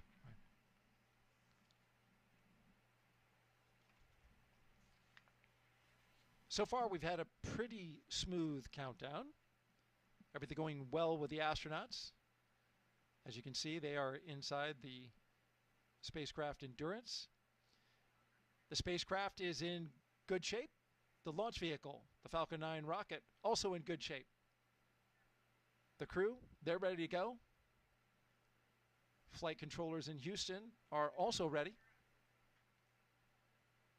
The only issue that they're currently working is regarding a hydraulic system that feeds one of the clamp arms on the transporter erector. That clamp arm helps hold down the Falcon 9 rocket before liftoff. The crew was updated about this, and SpaceX is currently working it with teams from NASA. They expect an update in about a half hour, and they can make a final call on which way they're going to go prior to the launch escape system being armed. That happens around T-minus 45 minutes. Let's take you now inside Mission Control in Houston, where flight controllers are constantly monitoring the International Space Station and the people living on board. I believe we have Leah Cheshire with us live at the Johnson Space Center in Texas. Good afternoon. That's right, and thank you, Daryl. This is Mission Control Houston in the International Space Station's flight control room here at NASA's Johnson Space Center, where the team continues to prepare for launch, and they are led by Flight Director Ron Spencer. Today, we will be launching the 10th rotational crew mission to the International Space Station under the agency's Commercial Crew Program. Now, following CREW-10's arrival, the space station will have a total of 11 crew members aboard for just a few days. Part of those 11 crew members include the CREW-9 cadre, and that's including NASA astronauts Nick Hague, Butch Wilmore, and Suni Williams, alongside Roscosmos cosmonaut Alexander Gorbanov. Now, during the next few days, CREW-10 will go over handover procedures with the off-going CREW-9. That includes a safety briefing and an orientation, and then the new crew will jump right in to help advance scientific knowledge and demonstrate new technologies. After a few days of handover activities, the members of CREW-9 will prepare for their undocking and return to Earth. Those direct handovers between the crews allow for continuity of the activities and help to ensure a continuous U.S. presence on the International Space Station, which, if you can believe it, we're now at 24 years and counting. Ahead of CREW-9's return, NASA astronaut Suni Williams already turned over command of the space station to Roscosmos cosmonaut Alexei Ovchinin. In just a few weeks, NASA astronaut Johnny Kim and Roscosmos cosmonauts Sergei Rizikov and Alexei Zubritsky will join the on-orbit crew. Shortly after the departure of the Soyuz MS-26 with NASA astronaut Don Pettit, he'll be coming home, and that'll mark the commencement of Expedition 73, led by the new commander, JAXA astronaut Takuya Onishi, who is launching today. We are now at an hour and 45 minutes until liftoff, so I'm going to send it back to you at Kennedy, Daryl, and Jessica.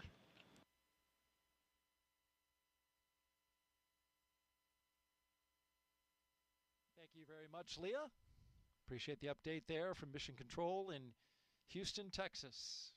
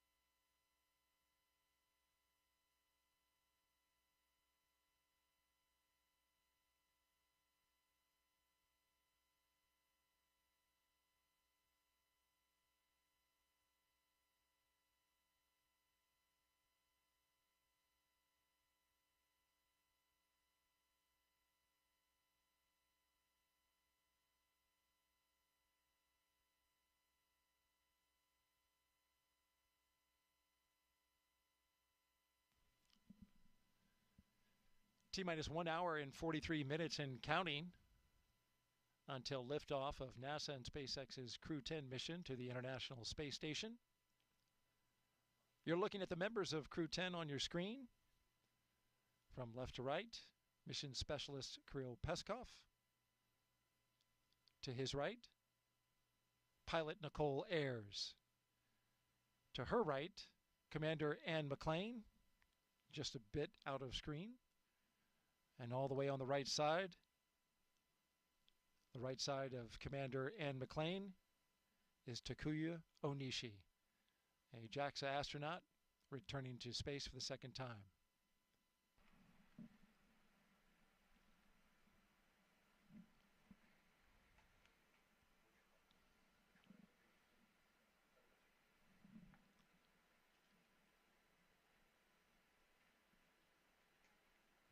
As Crew-10 prepares to launch, they are allowed to have a few personal items with them for their roughly 4-month stay in space. A few of the things they're taking up. We asked Anne McClain. She said that her and her crew were able to pack some personal gear to meet them on the ISS. It's going to go up on SpaceX 32 in April. She packed some sports team shirts and schools she attended, along with some holiday gifts for the crew. Commander McClain said, most importantly, she was able to pack a memento for multiple people who worked on this flight to support either her personally or the mission as a whole. And of course, she's going to bring those items back and return them to their owners after flight. And they include things like pins, necklaces, and rings. For Takuya, he's taken a lot of pictures of his family, friends, and colleagues up with him. Also some school banners, which is pretty common with the astronaut corps to take up various school and university paraphernalia. I think I remember your Brown University sweatshirt. Departed the crew arm. SpaceX Dragon, copy.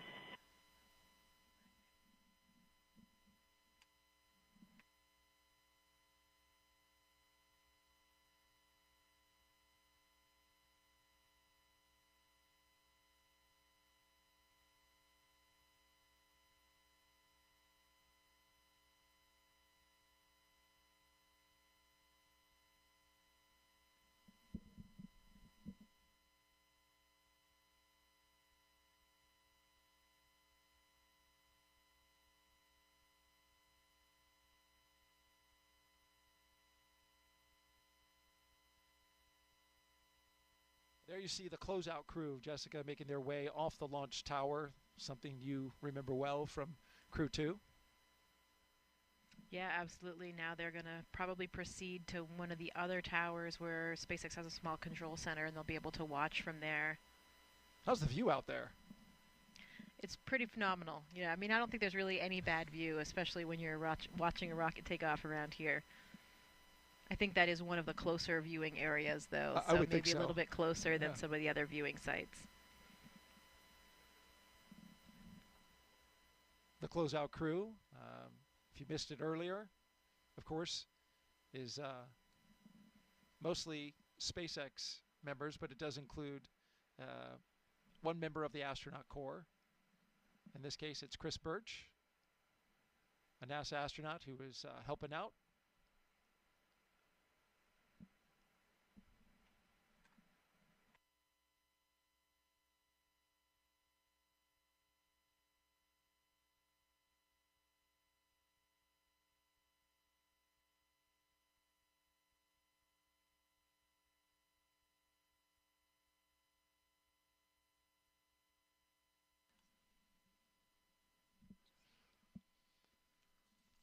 As Crew-10 launches, that means Crew-9 will return home soon. Crew-9 launched from Pad 40 at the Cape Canaveral Space Force Station back on September 28th of 2024.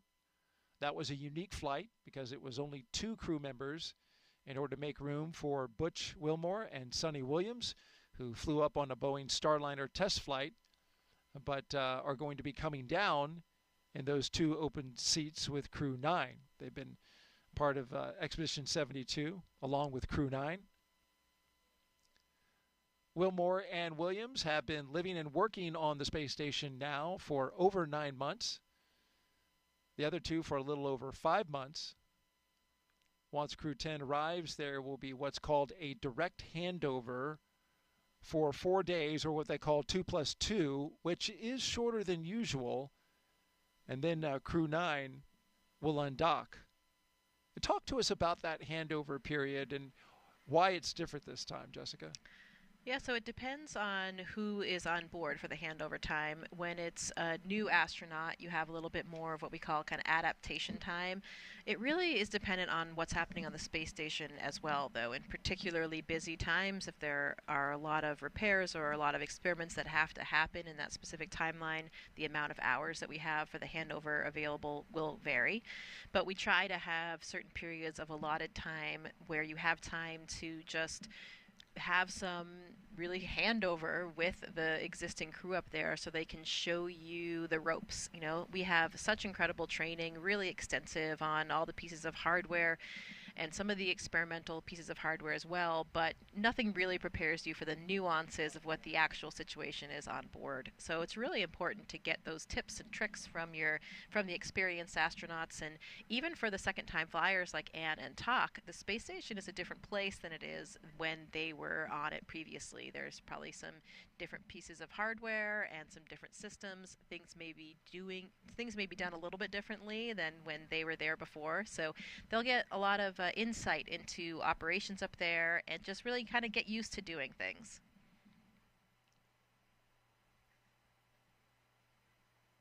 And that 2+2 is 2 travel days and 2 days of direct handover? Yeah, it's 2 days of real handover where the two crews are really overlapping and have that dedicated time to hand over activities, and then the other two is 1 arrival day and 1 departure day. So that's what makes up that 2+2.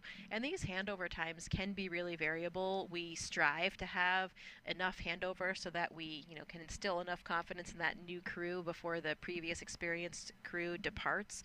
But we are so tied in with the ground teams now, and we also have been operating up there for so many years. This November will actually mark the 25th year of continuous human presence on the International Space Station. Isn't that amazing? So it is truly an incredible feat, but because of that, we've done things a lot of times now. We have pretty well potted procedures. So sometimes that handover, it can be replaced by our interactions with the ground team as well. We strive to maintain as much of it as we can, but sometimes coming and goings of different activities and different spacecraft dictate differences in that plan. And also, we are aiming for this 4-day handover period, but we don't know exactly what it will end up as, because of course we have to have good weather conditions back on the ground before we will undock Crew-9's vehicle. So in the end, we could have a slightly different than this 2+2 handover that we're expecting, but we have to plan for something. It really can vary, as you mentioned, because splashdown weather is a critical component, as you mentioned, before the crew can come down, and that's pretty unpredictable for where they will be coming down. Though I was talking to one of our meteorologists here at the Kennedy Space Center, and I asked, well, we have such wonderful weather this time of year. Is it more beneficial this time of year, to be launching and doing the missions? And says, well, not necessarily. Winds really get kicked up this time of year. We have fronts coming through. We had one come through. Winds today, you can see the flags blowing out there by our press site at Launch Complex 39. They're pretty tame today, just in the teens. But earlier, when that front first went through, we even had a tornado pop up in the central Florida area. So winds are a watch item, and they will certainly be something that they will be looking at in the Gulf and the Atlantic, where we have opportunities for the splashdown sites.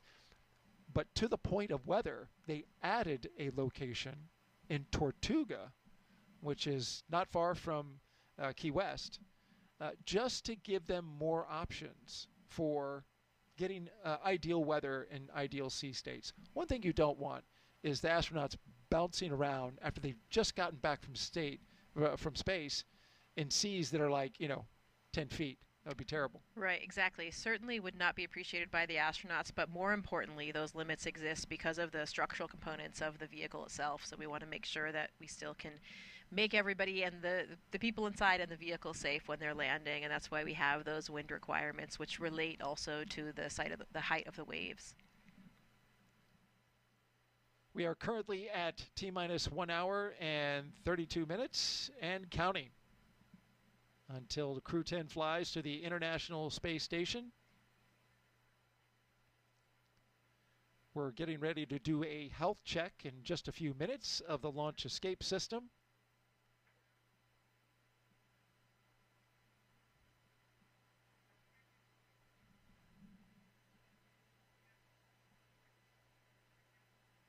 Of course, the launch escape system, a critical component of the Endurance spacecraft. You're looking at the crew right there.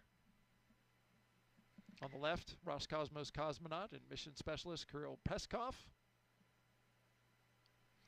Yeah, that launch escape system will be armed 2 minutes before they start loading the propellant, and of course that's for good reason, because we're sitting now on top of this incredibly combustive material, and that will stay armed. The escape system will stay armed through orbital insertion, and either the ground or the crew can send that command. It has 8 Super Draco thrusters that fire in order to bring the crew to safety, and those thrusters are specific to the abort system, so they're only used for that abort system. The crew can actually hear it arm with like very loud thump, and then they can hear the fueling of the valves, and they can hear the flow of the fuel as well. There's a T-handle on board that the crew can activate if they needed to jettison themselves to safety. And we'll hear those calls once we have liftoff and we're getting into those different phases of abort. We'll actually hear Anne McClain make those calls, and we will know exactly where they are in terms of those flight phases for which aspects, which areas of the flight profile they're on.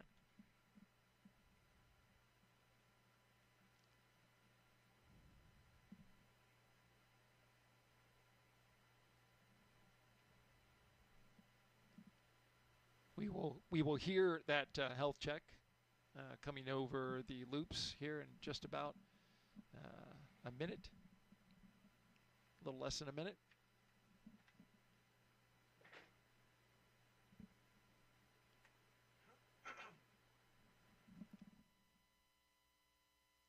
You know, we think about these abort systems, and certainly it's something that we never want to have to use, but when we do have the few occasions when we do use them, it's actually an incredible test and gives us a lot of faith in these systems.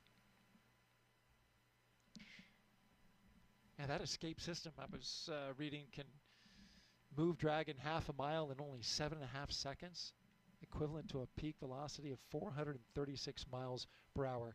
I imagine in training, you've got to be ready for those kind of Gs. Yeah, absolutely. We have some centrifuge training.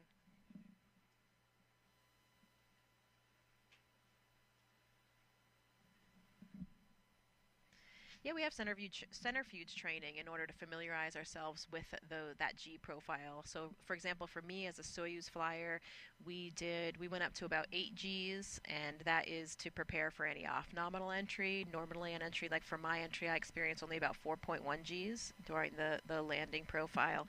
And you're also, in the Soyuz, you're also practicing if you had to control that descent and the trajectory of that descent. You know, we talk about these abort systems, and it really reminds me of Nick Hague's and Alexei Ovchinin's abort in 2018, and that was on the Soyuz, of course. And again, it was, of course, a pretty scary moment for all of us, but in the end, a wonderful testament to these systems.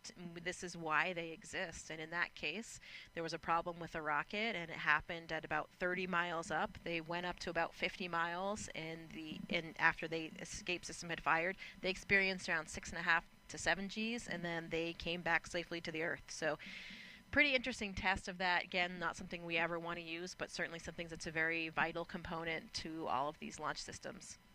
I remember that well. Was some anxious moments there, and your fellow classmate from your astronaut class, Nick Hague, was right. So I'm sure you got the full story on that. Yeah, I remember it very well as well. We were in Russia. I was training for my flight. I was there with Christina Cook as well, and we were viewing it from a small control room that we have at the Gagarin Cosmonaut Training Center. So we were paying attention to that whole launch sequence, and we started getting some indications that things were a little outside of the ordinary. And I'll never forget that moment when Nick was back. I mean, he was back with us at the cottages in which we live in Star City in a very short amount of time. And I remember coming back from class and jumping off my bicycle, and both Christina and I ran over to him and just gave him the biggest hug. And it just seemed so strange to see him back there when we knew that he was supposed to be leaving the planet for quite some time, and that was Right. just the day prior.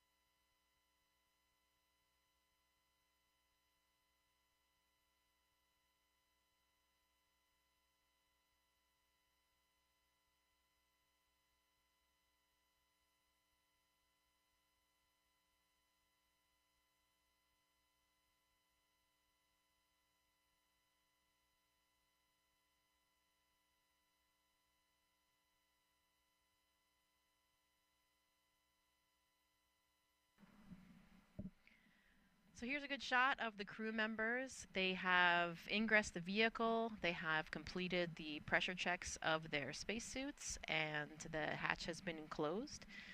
So we are standing by, getting ready for the propellant load pull, which would be the next big milestone for the crew today.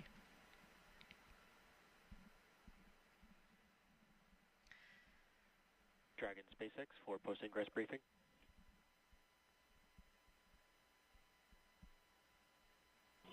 SpaceX Dragon, go ahead. Just wanted to give you a quick update. We are still discussing the hydraulic system performance. They did finish those kinematics tests and they look nominal, but we are still in discussions and evaluating the system for flight readiness. But otherwise, F9 and Dragon are tracking no other issues for flight. SpaceX Dragon, crew copies all. Thank you.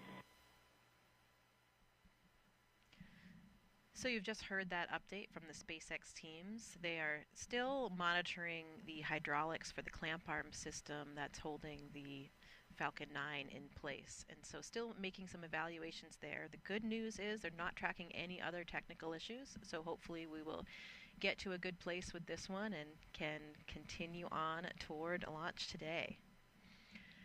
Speaking of launches, NASA and SpaceX joint launches, there was a very interesting launch just last night from the Vandenberg Air Force Base on a Falcon 9, and that was the Sphere X and Punch missions. The Sphere X is a spectrophotometer that is really looking at the history of the universe, and it is using near-infrared spectrometry as a near-infrared space observatory that's going to be what's providing comprehensive all-sky survey of the near-infrared spectra of 450 million galaxies. So really cool stuff here. That it's basically a telescope that's taking images of our skies in the infrared and providing a map of the universe, and it will allow us to interpret a sort of history of our skies, as one of the scientists described, like time travel, so that we will see what happened even 1 second after the Big Bang and start having a better understanding of the origins of the universe. Another system that was on board the same rocket was the Punch experiment. That's 4 small satellites that are looking at the solar corona. So that's the outer atmosphere of the sun, and will give us a lot more insight into what is happening in that layer of atmosphere on the sun. So some really incredible scientific instruments that NASA and SpaceX launched together just last night.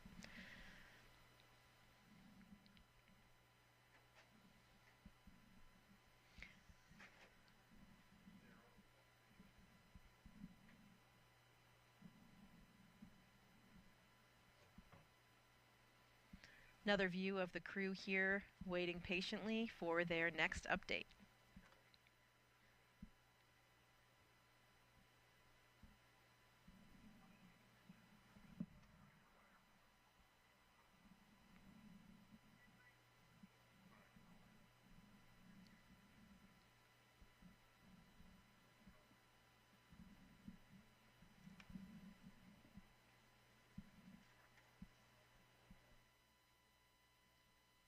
Jessica, the Dragon spacecraft Endurance will take Crew-10 to space today, and as we've been talking about, it's the 4th flight for the capsule.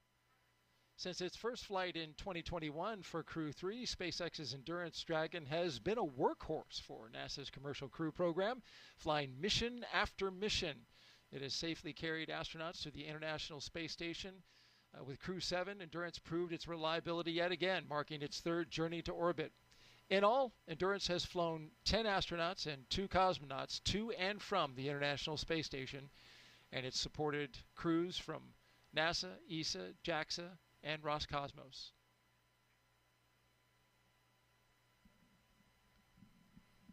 And we are currently at 1 hour and 19 minutes until liftoff of Crew-10 on a Falcon 9 rocket to the International Space Station. 1 astronaut and 1 cosmonaut will be the latest crew to fly as part of the NASA Commercial Crew program. The program uses private companies to transport people to and from the orbiting lab from U.S. soil. We've had a good countdown so far. Weather is almost perfect, 95% go. We do have an issue that SpaceX is looking at on the ground side. It has to do with the hydraulic system for the clamp arms, one of the clamp arms. Clamp arms hold the Falcon 9 rocket to the transporter erector. They have been giving the crew inside Endurance updates as they've been going along. and they're going to give them another update here soon. We know that they also let the crew know that they would be testing that hydraulic system. No danger to the crew at all in order to test that system. So they went ahead and cycled those valves. They're gathering data and continuing to work that. They have up until the launch escape system arm, which is T-minus 45 minutes, to make a call.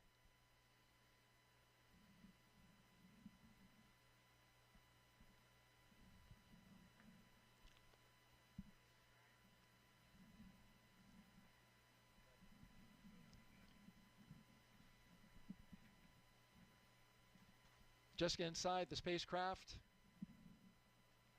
It's pretty calm inside there, as we've been seeing, the crew. But what are you feeling in a moment like this? You know, I think it's probably different for everybody. You know, maybe as the commander and the pilot are probably kind of rehearsing the big things that they're going to be monitoring on those displays. I know that for me, in the left seat of the Soyuz, there was, you know, quite a choreography and procedures that we're following every step of the way. And so I was paying very close attention to everything that was happening on my screen. And, you know, just preparing to follow along and do all the things that we had done in all the training and all of the simulations. And we are thinking about everything that's going to happen, you know, thinking about what happened earlier today, saying goodbye to our family members. And most likely, though, I would say really just concentrating on the job at hand and the task at hand. You are really intimately connected with everything that's going on board that vehicle through all of these intense simulations that we've done. And so you are waiting for that next big moment and ready to do what you've been trained to do.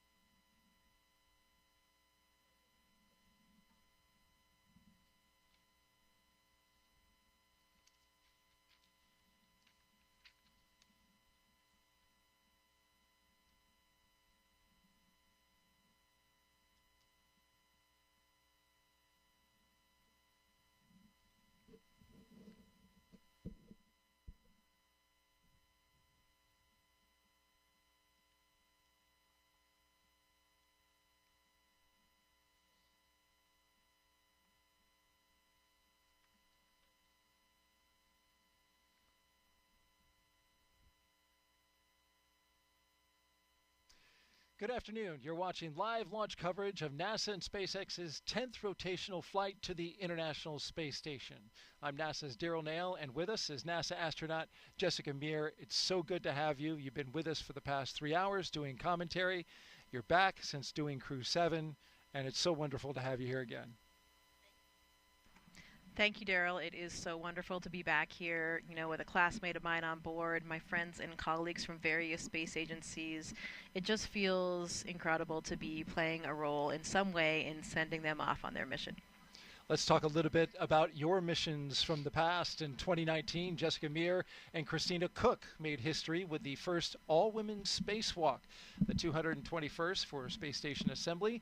2 years later, Jessica served as the astronaut support person for CREW-10, helping the team all the way to the launch tower. There she is, number 38. More recently, she was over at launchpad 39B, where she rehearsed with the Artemis II crew, once again in the role of astronaut support person. But this time, that crew was practicing for their mission around the moon. Looks like you were having a good time, though. Absolutely. It's one of the best things about our job is serving in all these different capacities with our buddies along the way and knowing that we're playing a role in helping them prepare for their missions and also just broadening our own skill sets for whatever we might do in the future. One of the best parts I think about being an astronaut, we're just doing different things all the time. A lot of times the roles that we fulfill are very active. We're doing jet training, we're learning how to use and practicing with the spacesuits, we're taking a Russian class, we're learning about onboard systems, we're testing out something for an entirely new vehicle for the Artemis missions. So always fun and exciting. And we've got some beautiful views that we've been looking at of the launchpad 39A out there for where our rocket's going to be taking off just after sunset at 7:48 p.m. Eastern Time.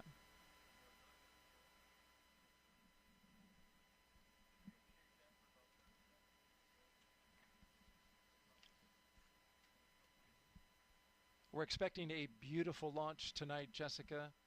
It'll be in twilight, which, as we know around here, for people who watch rocket launches, once that thing gets off the pad, it'll be a little dark on the ground, but very light up high, where the rocket will be doing its separation from the first stage, and see all kinds of rocket exhaust being illuminated by the sun. It will definitely be a gorgeous view. Very special lighting in that twilight period. So it will be quite a show for everybody on the ground here in Florida. Looking forward to watching it with you. Jessica, of course, has been gracious enough to spend the last 3 hours providing her insight analysis about the pre-launch operations and milestones as we count down to launch of Crew-10. Liftoff time still holding for 7:48 p.m. Eastern Time and 57 seconds for those who like to know it right down to the dot. Crew-10, ready to go. All right, let's check in with our team at SpaceX, who will be providing us commentary, along with our NASA commentator. How are you guys doing this afternoon?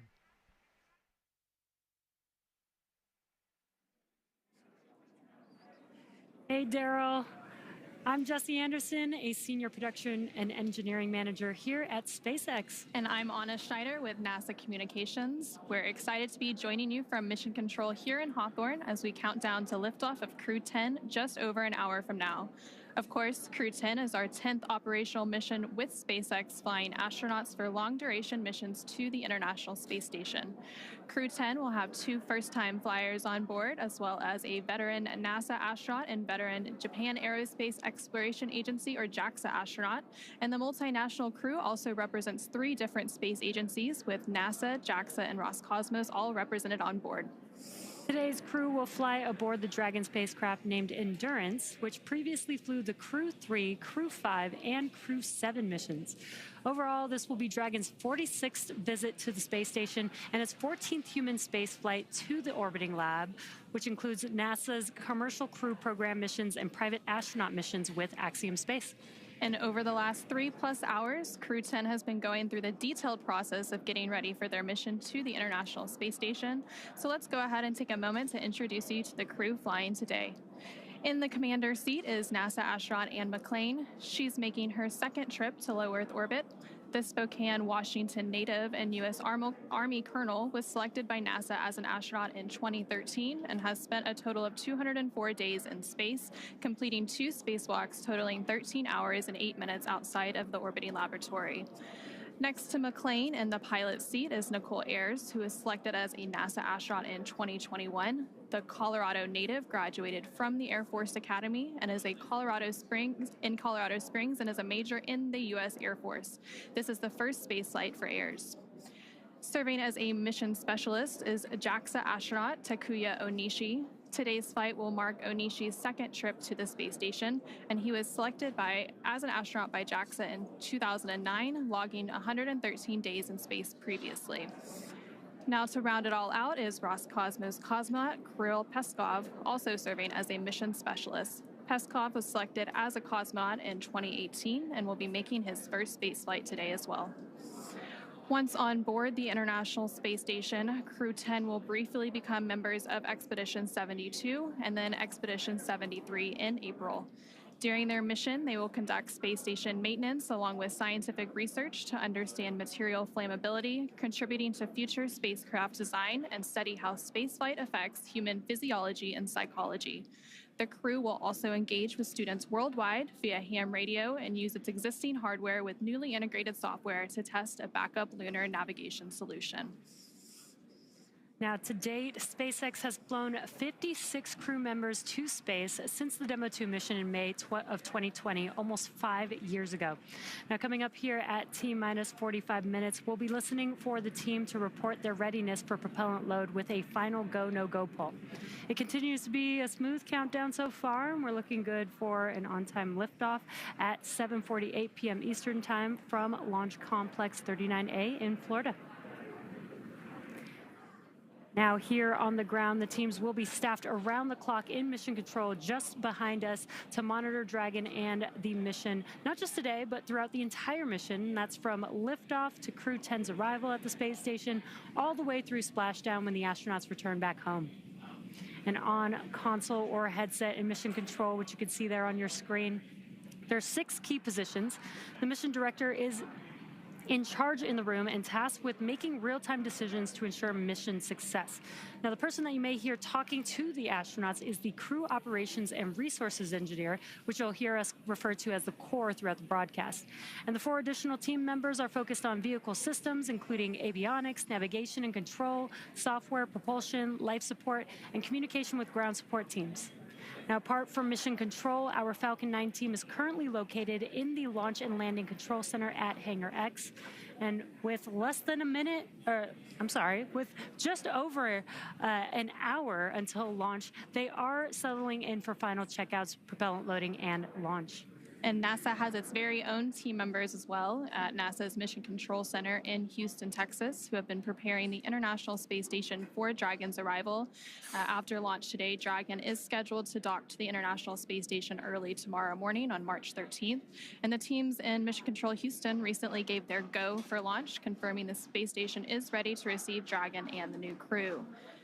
Following liftoff, today's flight to the space station will take around 11 hours, with Dragon flying autonomously the entire way. Now, docking again is targeted for 3 a.m. Pacific, 6 a.m. Eastern tomorrow, March 13th.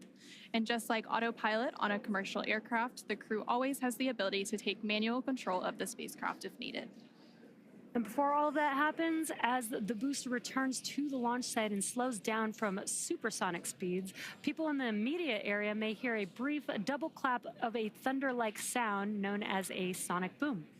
Similar sonic booms like this were heard during the return and landing of the space shuttle, and sonic booms like these are one of the hallmarks of reusable systems like Falcon. Here's what some of these booster returns have looked and sounded like on previous missions. I know a lot of people will be excited when they hear the sonic boom. And these are going to provide quite a show because you're going to hear the sonic booms.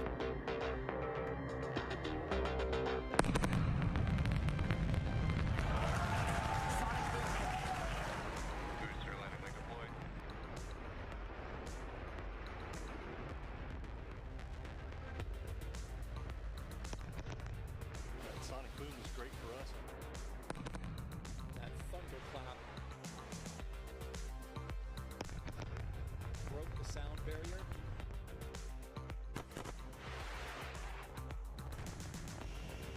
Side booster separation confirmed.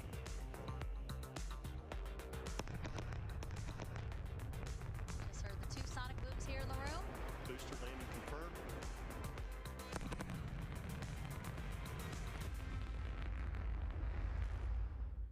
We're now at T-minus 1 hour, 4 minutes, and counting down to today's launch. While we wait, let's check in with NASA's Leah Cheshire at Johnson Space Center to see how things are shaping up at Mission Control in Houston. Leah? Thanks, Jesse and Anna. I would really love to hear one of those sonic booms in Florida, but today we are here at the Mission Control Center at Johnson Space Center in Houston, Texas. This is really NASA's hub of human spaceflight, and the team here is ready for launch. The International Space Station is ready for the crew to lift off as they begin their journey to the orbiting laboratory. Now, in the home stretch of the rendezvous, NASA and SpaceX flight controllers will enter into integrated operations. This means both flight control teams will conduct a series of go, no-go polls for Dragon Endurance's docking to the space station. Rotation missions like CREW-10 help NASA continue to maximize the important research and technology demonstrations made possible only in the International Space Station's unique microgravity environment. The space station is critical for NASA to prepare for future commercial low Earth orbit destinations and to understand and overcome the challenges of long-duration spaceflight necessary for a long-term presence on the Moon and crewed missions deeper into the solar system. Yes, I am talking about Mars. Now, here's a closer look at the mission and what CREW-10 will have to look forward to during their stay aboard the International Space Station. The CREW-10 mission is going to be a rotational mission to the International Space Station. So we will launch aboard the SpaceX Dragon capsule and the Falcon 9 rocket. I'm just enjoying the way towards the launch. Of course, I'm looking forward for the day of launch. And we are going to stay there about a half a year. So the first goal of CREW-10 is to continue learning about the Dragon and the Falcon 9 rocket that we're going to be flying on to enable SpaceX to continue their development of rockets and even private astronaut missions in the future. The other mission is to get us safely to the International Space Station so that we can crew this incredible national orbiting laboratory that we have and continue the science experiments that we have ongoing there. One of the unique characteristics of the International Space Station is microgravity. We get to learn how humans and plants and other types of hardware react in the space environment and the microgravity environment. And it helps us to develop all kinds of new materials, medicines, and it helps us to push our knowledge forward. The discoveries that we make on board the International Space Station then inform what we do on Earth, and it allows us to further both humankind here on Earth and get to further places in the universe. So I've often been asked why we explore, and I think it's different for everybody. When people are born, they naturally want to explore their environment, first as babies, and then as kids, and finally as adults. That's how we expand our world, and that's how we find something new. Every time that we make a further step, we learn something and we learn how to adapt, and that is so important to humanity. This is probably the main things which drives us forward and helps us to survive as a species. There are so many unknowns in space, and as explorers and as humans, we want to find out what's in that unknown. For me, it's the fact that I get to be a small piece of figuring out what the unknown is and taking that next step to get to the Moon and to Mars and the Artemis program. Our ultimate goal is to go to Mars, but it's not an easy journey, and when we face a new challenge, we must solve it step by step. I think that's one of the biggest benefits of the International Space Station. We're outside of the atmosphere, and now we don't have the protection of the atmosphere. What happens, and how do we better prepare our people, our hardware, our food, our water systems for that deep space exploration? It's really important on the space station that we learn those lessons now when we're in low Earth orbit. That way we know what we need to bring with us when we go onto the Moon with the Artemis program. One of the things that we do on the International Space Station is work with our international partners all across the world. I think it's hard to overestimate the value of international cooperation in space exploration because we all know that it takes much time and effort. Space is hard, it's very challenging, it's sometimes unpredictable, and that's why I think cooperation is the key to success. The International Space Station wouldn't be international without all of our partners. And our goal is to be a beacon of hope for all of humankind so that people can look and say, this is what we can accomplish when we work together. I asked Anne what she's most looking forward to, as well as Nichole, and she says it's really satisfying for her to work on hardware with her hands, then get it into the Japanese airlock, and then go see it working outside in space, which I thought was pretty cool. Yeah, that is one of the perks for sure. All the different things that we're doing every day, whether or not you're just being an operator or a subject for an experiment, loading up the Japanese airlock. That was one thing that we did several times during my mission where we were deploying some small satellites via that airlock. So we did all the work of configuring them and putting them through, and then we watched them shoot out and be in orbit around Earth. So really That's pretty cool. That's neat. And Nichole said that she's looking forward to anything that has to do with fluid dynamics because that's what she got her master's in. So looking forward to that. We got some social questions for you. You've been doing a great job for the past 4 hours answering them. Let's take a listen at this question, or rather I will read it and you can listen as we get your expertise while looking at a beautiful shot outside at Launch Complex 39A. The question from Oxidized 93 is, how do you brush your teeth in space? Well, the short answer is just like you do on Earth, but a few nuances. You know, water behaves so differently when it's not falling down, so the surface tension is much more important. It keeps those water droplets together, so you can just get a small water droplet on your toothbrush, either before or after your toothpaste. Brush your teeth just like you do on Earth, and then no sink, unfortunately. So you got to figure out what to do with anything else that's in there. Some people might swallow it. I usually would spit mine out into a small wipe or a towel, and we have go through a few towels per week. I favor the latter, like you. We have another question. Let's pop it up real quick. Peter Stefronic asks, do astronauts get any music played in the capsule before launch? Hold music. Yeah, in the Soyuz we did for sure. While we had a long wait period, we had actually curated our own lists. We each contributed a few songs. So 4.100.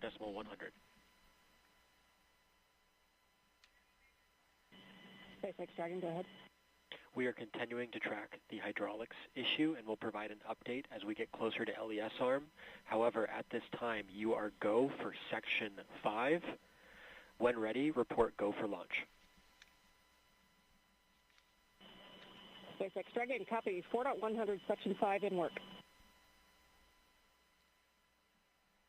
All right, you heard SpaceX update the crew there that they are still working on the hydraulic issue for the clamp arm, building their flight rationale. They'll have an update for them. We'll find out how they're going to proceed forward. But in the meantime, they're moving with the next milestone, getting ready to arm the launch escape system.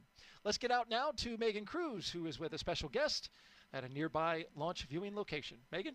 Hey, Daryl and Jessica. Yeah, you might be able to hear the crowd, but I promise you there is a big crowd here just off the camera over here. And they're here on the 5th floor of a nearby building that really gives an incredible view of the launch pad just to the left of me. But yeah, let's introduce you to somebody that we have with us today. You know, there are people across Florida as well as Texas, California, all working the launch. And one of those folks is Mike Ravenscroft. He's with NASA's Commercial Crew program. And he just stepped off console a few minutes ago to be able to chat with us. It's really great to have you here, Mike. Hello, Megan. I'm glad to be here. Thanks. Appreciate everything. Crew is go for launch. All right, Mike, I know. Copy. Crew is go. Mike, it says crew is go for launch. You know, why don't you talk to us about the issue with the clamp arms that we've been tracking? I think we just heard the decision about that issue with the clamp arms. Yeah, so the team's been really hard at it. The SpaceX and NASA team's working hard on a ground hydraulics issue on the vehicle release system. So they've been actively working this. I think we just heard them talk to the crew and give them a heads up of the issue, and they're still actively working that. This is a concern basically of just how the vehicle is held in place and during release when the vehicle is at liftoff. So teams are actively working that, and hopefully we get resolution soon and can continue on with countdown. And Mike, you know, we just said that you stepped off console. What does that mean to be on console? And yeah, what is your team listening for, especially particularly with this issue that is currently being worked? Yeah, so the team's looking for any issues with respect of how the performance is. They compare it to previous history. Was there anything abnormal from when we had static fire to today? And so they're off actively looking at that data, and between SpaceX and NASA teams discussing if we have a path forward and if we can continue and get resolution. Okay. Well, Mike, why don't we let you get back on console? We know that, again, we are actively working an issue with your teammates there, so we really appreciate you being here. Thank you so much. Thanks, Megan. All right, guys, let us get another update with our SpaceX counterparts and our NASA counterparts over at Hawthorne.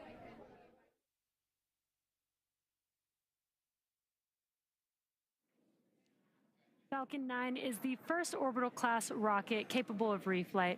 Together, Falcon 9 and Falcon Heavy have completed more than 450 launches and over 380 reflights. And today, the booster will be attempting to land at Landing Zone 1, which is just down the coast from the Kennedy Space Center in Florida. This will be the second flight of the first stage booster supporting the CREW-10 mission. Rapid reusability drastically reduces launch costs, helps increase launch frequency, and enables a wide array of new government, commercial, and scientific opportunities in space. Lowering the cost of access to space is helping take humanity's steps into the solar system, whether in low Earth orbit, interplanetary, or even deep space. When costs are lower, government and commercial customers can launch more missions, which helps accelerate development. This also helps commercial satellite and private research customers afford to launch more projects to space, which helps stimulate innovation here on Earth.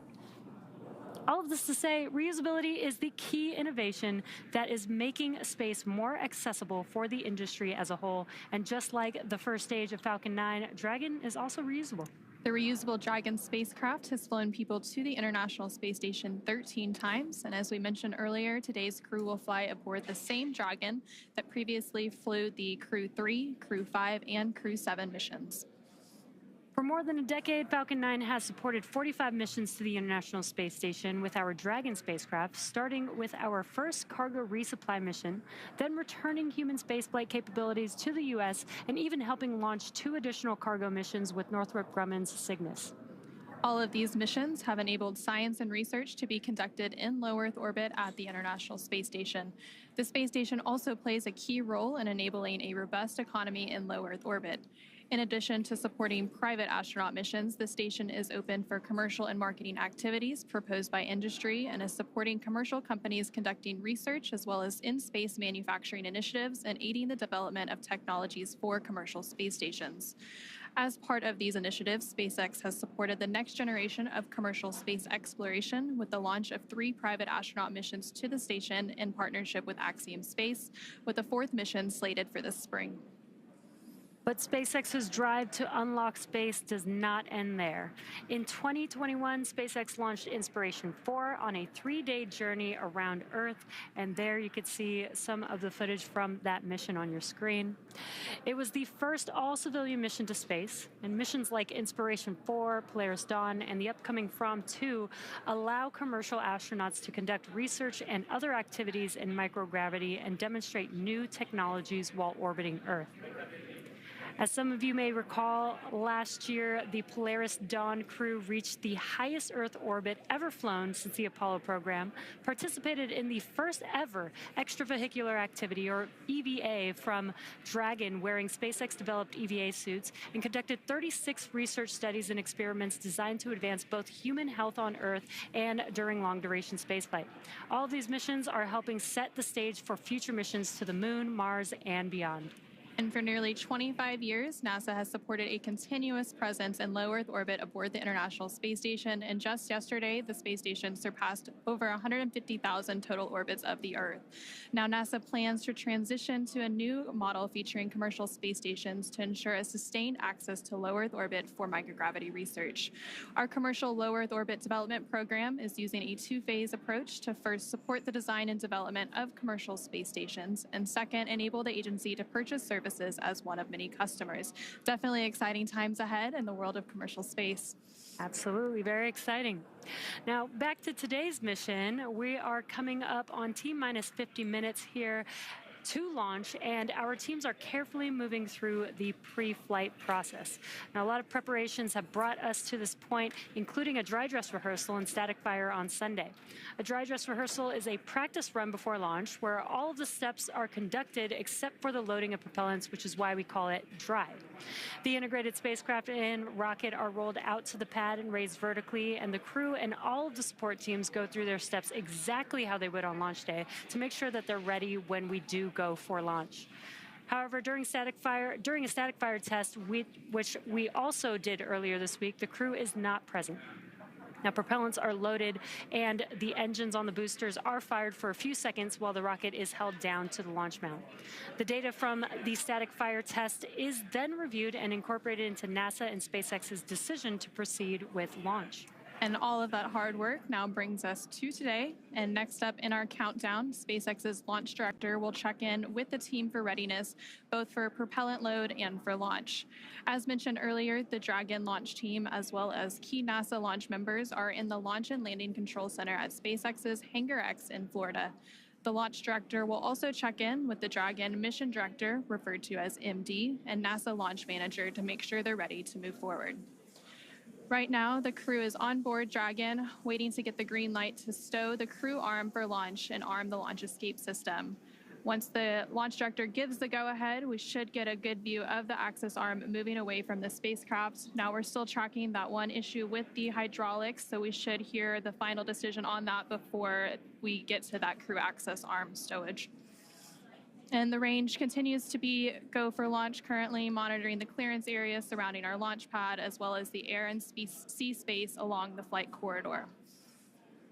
And the weather is also looking good so far. Weather is trending in the right direction, and we're currently at a less than 5% chance of violation at our target lift-on time, which is great. Our teams will continue to keep an eye on the weather, and we'll have our final pre-fueling weather briefing at about T-minus 45 minutes, which is just in about 3 minutes from now. And there on your screen, you can see a live view of Falcon 9 and Dragon at the launch pad, Launch Complex 39A in Florida, just under 48 minutes away from launch. We've conducted several weather briefings leading up to this moment, starting with one at T-minus 48 hours a couple of days ago, proceeding into the most recent weather briefing a couple of hours ago. All of the weather continuing to look good, as Jesse mentioned. The one item they're currently tracking for weather, it would be on the abort corridor, but again, that looks pretty good at this moment. Again, our teams will be staffed around the clock in mission control to monitor Dragon, not just today, but through the entire mission from liftoff to Crew-10's arrival at the space station and all the way through splashdown when the astronauts return. Coming up in about 2 minutes, we should hear that launch director briefing around the T-minus 45-minute mark. And then after that, we should hopefully have a decision on the hydraulic system, whether we are go or not, and if that's been resolved. And then after that, we will see that crew access arm stow to begin around the T-minus 43-minute mark.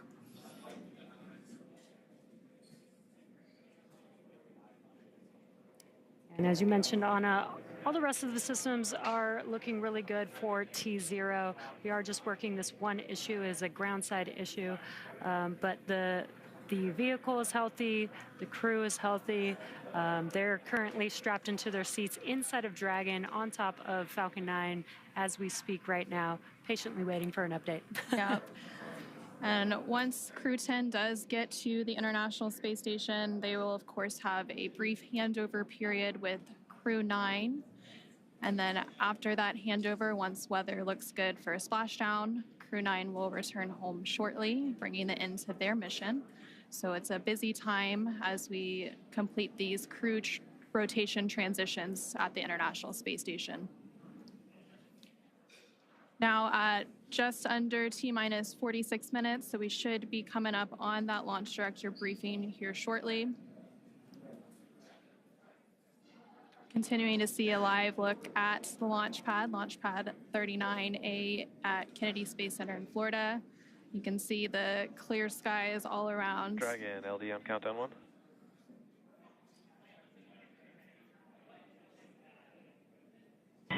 LD Dragon, go ahead. Hey, for awareness, team needs a couple more minutes here, wrapping up this hydraulics issue. We'll get back to you in about another 4 minutes or so on the answer. Sudden copy, thanks. And a quick update there. Sounds like around the T-minus 41-minute mark, we'll get an update on that hydraulic issue that the teams have been working.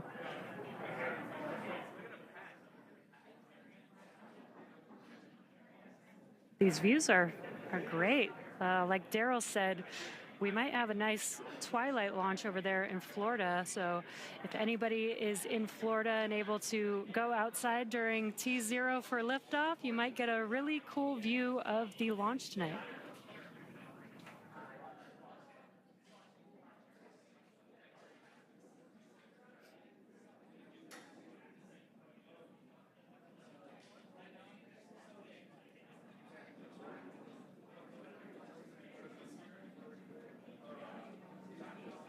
And again, that hydraulics issue that's been mentioned several times here now, the only issue being tracked, it's related to the hydraulics on a clamp arm. and those clamp arms are located on the transporter erector around the second stage of Falcon 9. Dragon, SpaceX, LD on countdown 1. At this time, we are standing down from today to further address hydraulic release data. And launch control is going to pause the clock.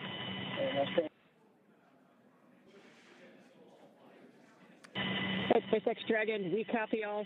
Spaceflight is tough. Humans are tougher. We'll be ready when the equipment is. Yeah, sorry about the unfortunate result today, but we'll get you back up here in the air soon.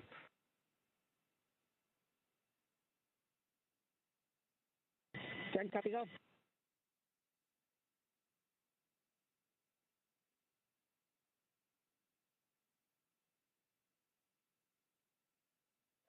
Dragon SpaceX, you are go to start 5.100 launch scrub. SpaceX Dragon 5.100 launch scrub and work.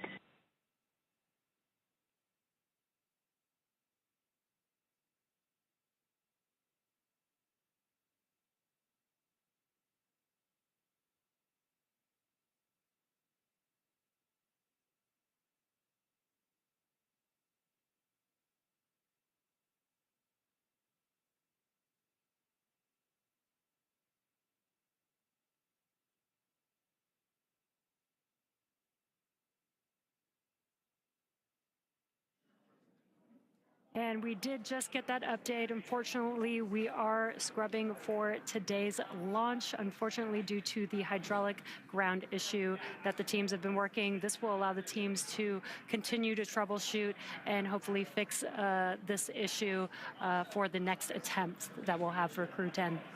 Yeah, and there's several other attempts this week. We'll see where we end up, but there's another opportunity about 24 hours from now that they could potentially take if that issue is addressed. So from here, the crew and the team will have to begin egress steps to get the crew out of Dragon and off the launch pad and back to their quarantine facility in Florida, where they'll just get a little bit more time with their families. Yeah, and the good part is we have not started loading propellants, so we don't need to offload any propellants. The vehicle is Dragon safe. SpaceX will be in section 3 of 5.100. We'll be there. I expect that you should be standing by in step 3.2. And SpaceX Dragon, copy. We are complete through 3.2, and we can give you 3.3 that we are ready for seat rotation. SpaceX copies. Crew report ready for seat rotation, and 3.3 we'll report when we step into those ops.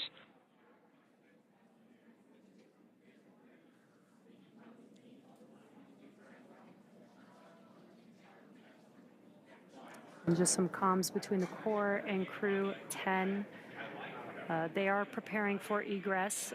You are going to hear some procedures being called out as they work through that egress procedure.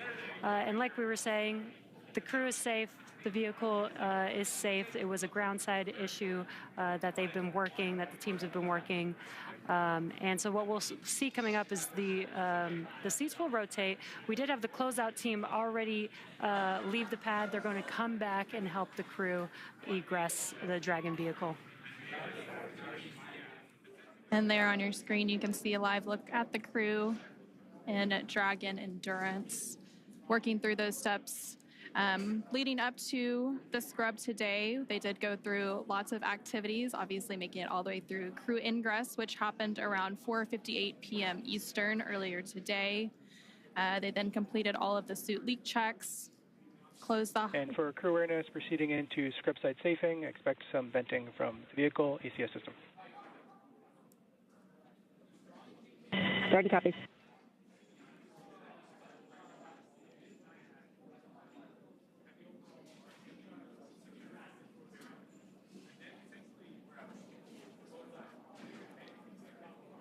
And continuing to hear that comm between the crew operations research engineer from SpaceX and CREW-10 aboard the Dragon Endurance. With that, we'll go ahead and turn it back over to Daryl at NASA's Kennedy Space Center for some additional information. All right, thank you very much, Jessica and Anna. Back here at the Kennedy Space Center in Florida. Unfortunately, we're not going today, Jessica. There was an issue with the hydraulic system on the ground side out at Launch Complex 39A. This was an issue that involved one of the clamp arms on the transporter erector. This is a ground issue. Everything was fine with the rocket and the spacecraft itself. This was an issue that SpaceX first made the crew aware of at T-minus 4 hours. They were working it, gathering data, but continuing with the countdown in hopes that they were able to have enough data to resolve the issue or get comfortable with some flight rationale. They were unable to get to that point, but I was listening in on the nets, and they were definitely working this issue as thoroughly as you would expect from the teams at SpaceX and NASA, talking about all the information, previous launches, taking into factors data from even the test fire. But in the end, they were unable to get to that point where they were comfortable launching. So we stand down for today and we look for another opportunity, though at this point we know that there are 2 opportunities coming up on Thursday and Friday, but it has yet to be seen whether or not the teams will take that opportunity. They first must resolve the issue or get enough data in order to understand it. And then at that point, they can proceed with an opportunity. But just to make the audience aware of the opportunities that remain, on Thursday, we have a launch opportunity at 7:26 p.m. Eastern Time. 7:26 p.m. Eastern Time, there is another launch opportunity for a 24-hour turnaround. And then on Friday, as you know, Jessica, we move generally about 20 or so minutes back each day in order to rendezvous with the International Space Station. We have a launch opportunity on Friday as well at 7:03 p.m. Eastern Time. As you can see on your screen, the CREW-10, is getting ready to egress the spacecraft Endurance. This is where they will go ahead and get out of the spacecraft. They're in fact talking about that now as they are motioning which crew members will be going through. From here, as you heard mentioned by the commentators in Hawthorne, they will make their way down the launch tower into their vehicles, which are waiting them, along with the closeout crew, which will help them go back to astronaut crew quarters. For astronauts, though, Jessica, this is certainly something that is really part of the business. Yeah, absolutely. We talked about it earlier, and flexibility is really the key to everything that we do as astronauts. We know that the plan is always changing, and launch scrubs are definitely a reality that we have seen happen over and over again here in the Space Coast. Way back in the shuttle era, of course, happened frequently too, given maybe a technical issue, maybe a violation of the range, as we talked about with a random boat being in the area. Maybe it was a weather violation, or even any of the contingency sites along the corridor as well. So lots of different reasons to abort. It does, we're ready for this. This is what we trained for. We know that at the end of the day, you may be lifting off, you may not be. Definitely a bummer for everyone involved, but we will just, again, do as we're trained and get ready for that next opportunity.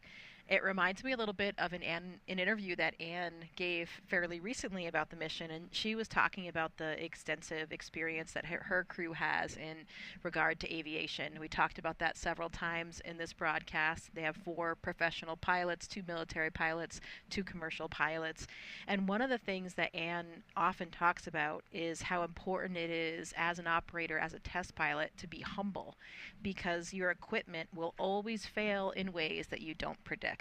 And I think that's something that we saw here today. There were other issues, technical issues, that were being worked and tracked before this mission, as there are all before every mission. We're always wondering what's going to happen with the weather here, which can be pretty interesting and unpredictable here on the Florida coast. But this was something I don't think that anyone was tracking at all. And Anne and I even spoke last night. It just seems like everything's going too smoothly. I think we mentioned that this morning as well. Yeah. And maybe we shouldn't have said that out loud, because sure enough, there's always something that you don't expect. So I'm sure Anne's reminding her crew right now, hey, be humble. We know that today we weren't ready to launch, and the answer is that we will launch when we know we're ready and safe. And that's, of course, the only solution when you're launching humans into space. And a hint that the crew is taking it well, as you said, that we just saw moments ago. Kirill Peskov appeared to use his tablet to take a selfie with the crew. So you feel like they're doing okay and certainly understand what is happening right now. They were aware throughout the countdown that this could be a possibility, but they get yet another practice run in at getting out to the launch pad and getting into their seats and preparing to go. That's right. Another.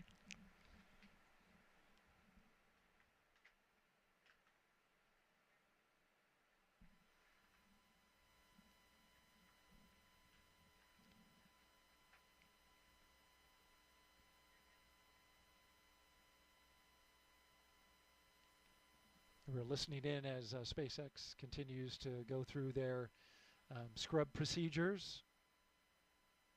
Again, another highly detailed list of procedures to properly go about the scrub of a spacecraft launch. Coming up next is our crew egress. The crew has loosened up their seat And for belts. crew awareness, there will be some additional tank venting here as we get back down to nominal tank pressures. Copy.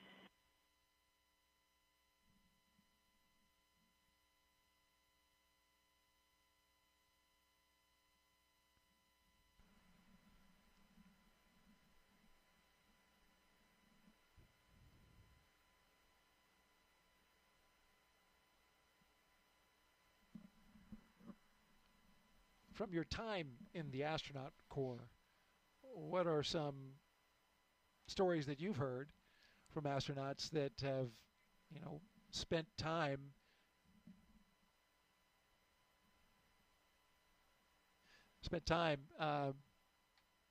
waiting for the next opportunity? Well, there's certainly a lot of stories. I mean, there were some shuttle missions that scrubbed numerous times. I mean, over and over again.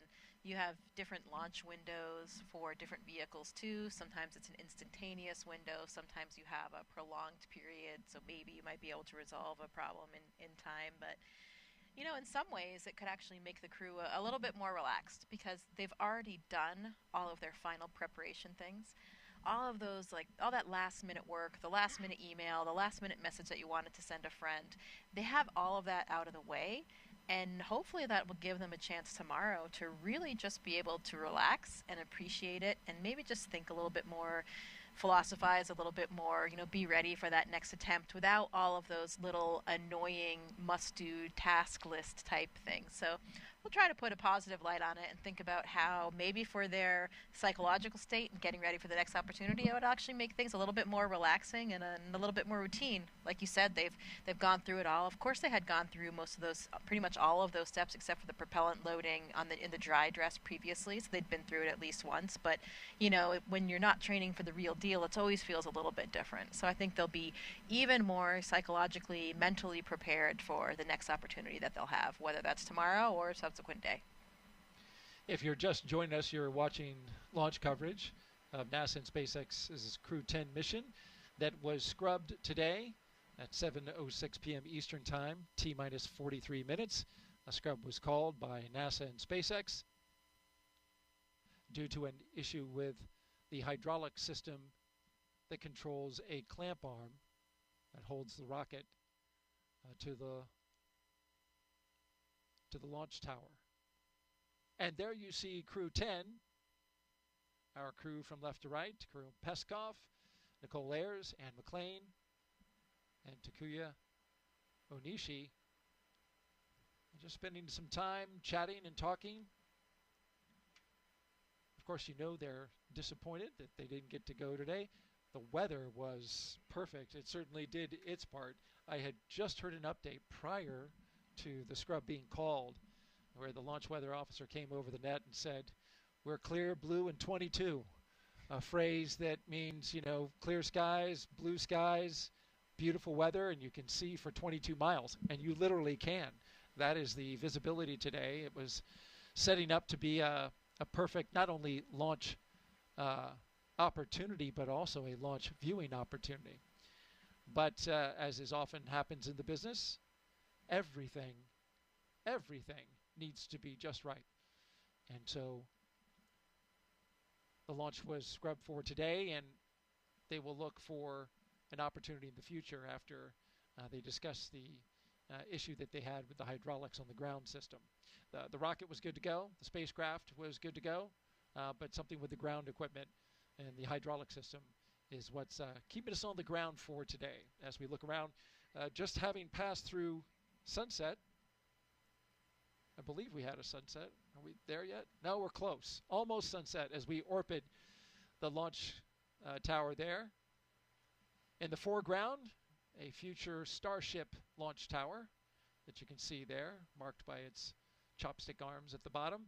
In the background, you can see Launch Complex 39A and the tower where the Falcon 9 rocket and spacecraft with our crew are still sitting inside awaiting to be egressed from the capsule. And way off in the distance, the vehicle assembly building. You know, it's good food for thought here as I contemplate what I would do in this situation and think about a potential future space flight. I think it's probably a good idea to have some contingency plans, personal ones, right, about what's going to be different and what you're going to do over those next 24 hours or however long it will be. I didn't actually speak to Anne about that. I wonder if she and her crew had anything in mind, you know, anything planned, because the way things usually work, if you have a plan, then you won't need to use it. But if you don't have a plan, then we may be in the case that we're in today. So I'll have to talk to her and find out if they had anything planned and what they decided to do to make use of that interim. I could see some astronauts possibly thinking that might be bad luck if you make a plan for a scrub. You never know. I mean, if you have a plan, then you won't have to use it. There you go. It's good to plan. It's also good for the astronauts to have a little downtime as well. Launch and then the work that happens on the International Space Station, as I've heard it told, is very intense at times. Yeah, the training period, especially in the few months before launch, is pretty intense. There's a lot of international travel as well, so you're pretty much always jet-lagged. And it's pretty intense. You know, I think for a lot of the training that we do as astronauts, we talked about for these space station missions, we're typically training 1.5 to 2 years in advance. In the beginning, it's usually not as engaging, not as time consuming, not as much travel, but really things get progressively busier, unfortunately, even though you'd personally want it the other way around. You know, if you think about it, everybody wants to have their training and their exposure as close to the flight as possible. So those final months do get quite busy. For Anne's crew, there was sort of an interesting lead up. You know, they had their very, very busy time period since, of course, originally they were supposed to launch in February, and they were really pretty exhausted. You know, they had a lot of travel, a lot of things going on, but then suddenly they had this delay and they were waiting, and then they had this kind of built-in rest period, kind of similar that we're talking about with a scrub, where I think it actually was good for their crew because they had enough downtime to really recover. I mean, we always, as astronauts, want to be launching a well-rested crew, a well-mentally prepared crew to get to the very busy lifestyle that we have on board the space station, and just all the psychology that's involved with leaving your family and friends back home, too. So I think it was nice Anne's crew had that. And again, maybe they'll have that now with the scrub, a little bit of extra time together to kind of contemplate and prepare for their mission. That delay that you mentioned from February to March, of course, brought about by the decision to switch capsules from a brand new SpaceX capsule to the Dragon Endurance, reliable one with 3 previous crew missions under its belt, CREW-3, CREW-5, and CREW-7. When they made that switch, though, they needed to do some more data analysis on spacecraft in short order, and it takes time because of the amount of data that the commercial crew program has to go over in order to make sure that everything is right with the spacecraft before loading up the astronauts on it.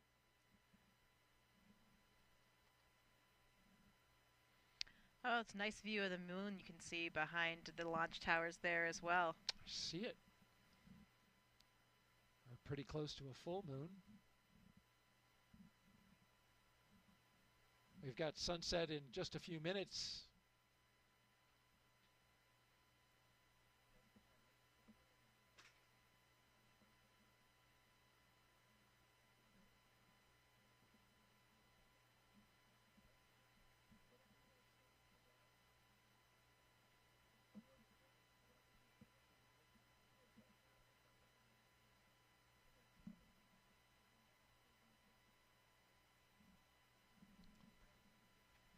Dragon SpaceX, just an update. The closeout team is waiting. They have arrived at the pad, but is waiting for a go to enter the pad to come get you out of the vehicle. But I'll give you updates as they're proceeding to the base of the tower. SpaceX, Dragon copy. Thank you.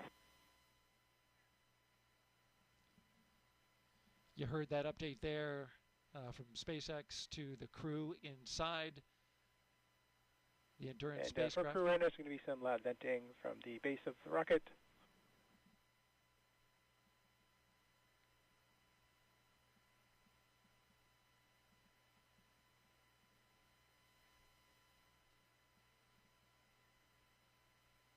Of course, they have to wait before the closeout crew can ascend the launch tower there, because everything needs to be safed first before you allow people to go into the launch area.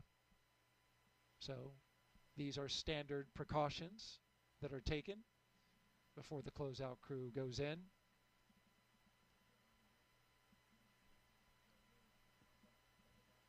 Props to our Kennedy Space Center Flight Operations team, though, for these beautiful images that they have been bringing us throughout today.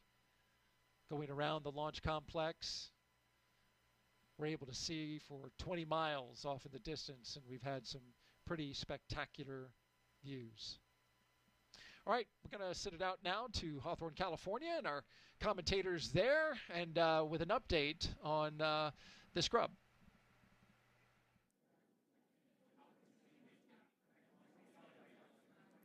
Thanks, Daryl. Not what we were expecting today, but the good news is that the vehicle, the crew are all healthy, and this is standard procedure, right? We heard. We're hearing some comms. We heard the comms that the closeout team is going to make their way back to on the crew access arm to the White Room and help the crew egress the vehicle. But they've done this before. Yeah. They did this through dry dress rehearsal already when they had to go through the entire process, get into the seats, get strapped in, and then they unbuckled and egressed the Dragon spacecraft already. So this is just almost like another rehearsal for them. And again, we didn't load propellants, so that does make the egress a little bit easier today. Yeah, and you can see CREW-10 there on your screen. They look pretty happy, all smiles on their faces. Yeah. Taking some selfies, it looks like, or some photos. With their pads there. Yeah, so I guess killing the time a little bit as they wait to egress or exit the spacecraft and again go back to their quarantine facility where they've been for the last about a week now. I think they arrived on March 7th to Florida. So the process is, it takes a little bit. There's lots of people and moving parts involved to get the crew out of the capsule, get everything safed, and then drive back and get back to their location. Again, we'll continue to stand by and wait and see when we might be able to have our next launch opportunity. There's several opportunities available this week. Again, we had that scrub due to a hydraulic ground issue with the clamp arm on the transporter erector. So the teams will continue to look into that, do some more data and analysis, and see if they can figure out exactly what was going on with that issue. We'll continue to share more about those next launch opportunities once they're available. We'll, on the NASA side, provide updates about the launch on our mission blog on nasa.gov, as well as on our social media accounts. On the commercial crew program side. Again, this mission, and there on your screen, you can see the cars that will transport the crew back after they egress have arrived to the pad, and teams are standing by there. And we do have the closeout team waiting for the elevator that will take them all the way up to that crew access arm. Again, that's the same team that helped them ingress into the vehicle. It'll be the same team to help them egress. And there you can see them making their way up. And they did call the scrub right before that crew access arm normally would have swung out of the way. So we didn't have to wait for that to swing back. So it does speed up the process a little bit. And that was, I think, very intentional to make a decision at that point. Yeah, exactly. We have a lot of checkpoints through the countdown, all purposefully to make sure that we are making sure that every step of the process we are good before we proceed. And again, just like Anna was saying, this is exactly why we do that.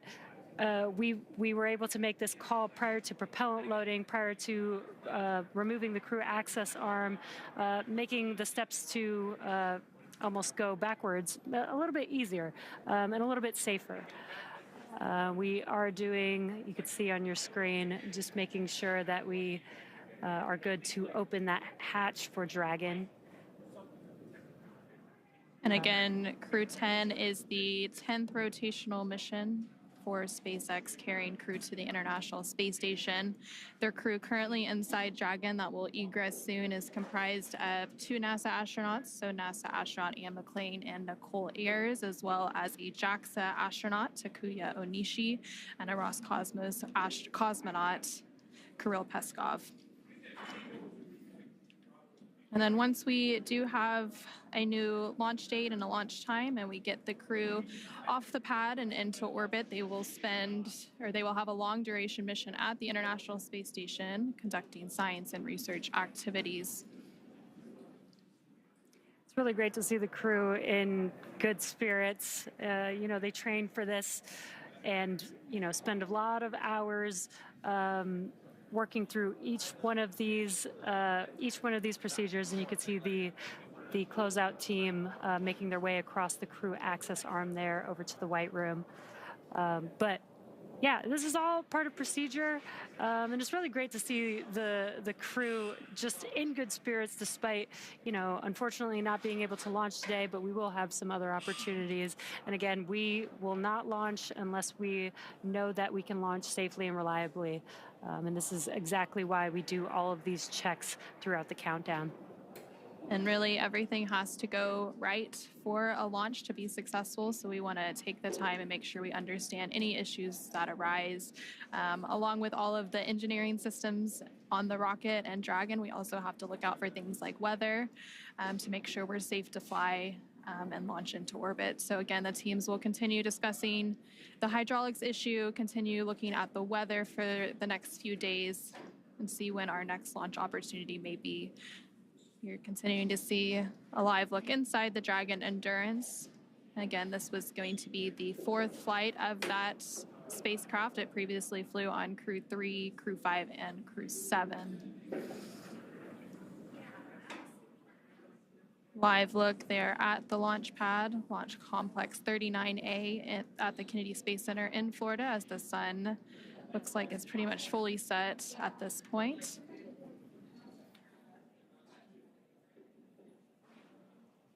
And there are teams continuing to go down the crew access arm, safing the hatch and getting ready to open it so that they can begin the egress or exit operations for the crew and get them out one by one.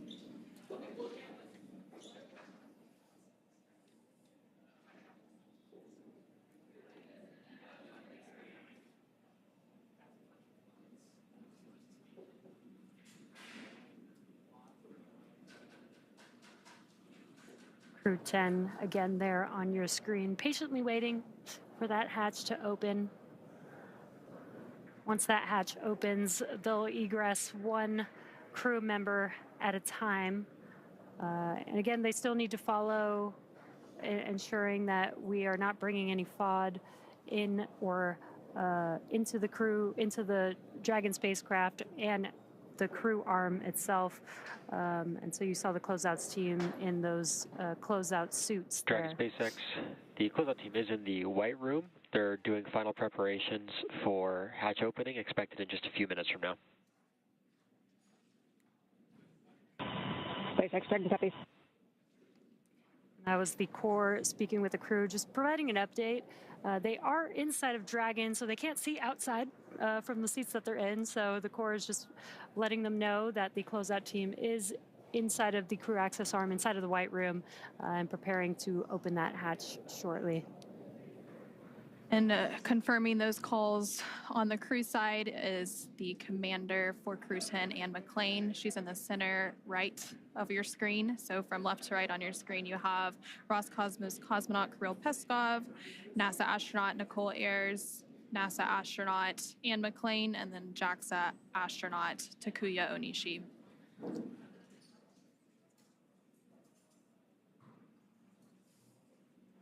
And that scrub was called about 45 minutes ago now, continuing to work through those procedures to get the crew egressed from the spacecraft.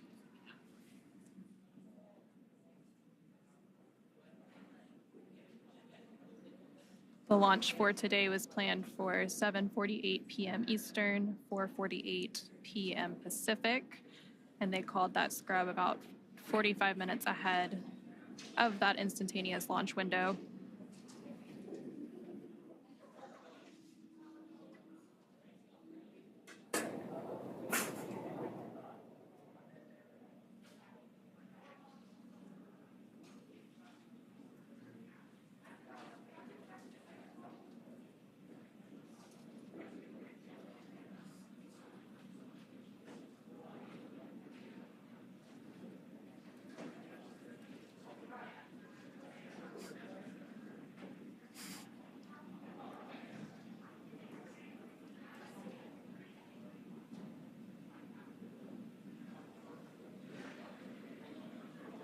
Again, if you're just now joining us, we did have a scrub for the CREW-10 launch today.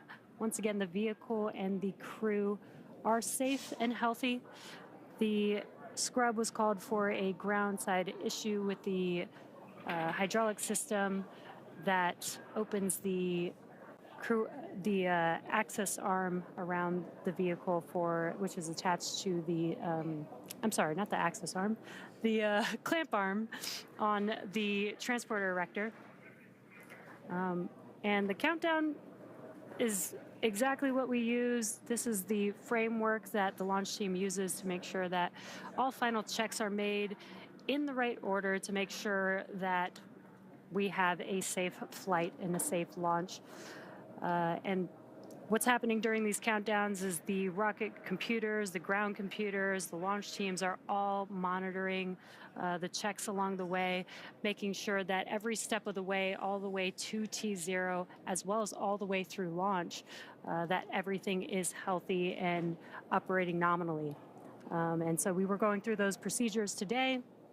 And as we were working through each one of those checks, we did notice that there was an issue with the hydraulic system on the clamp arm.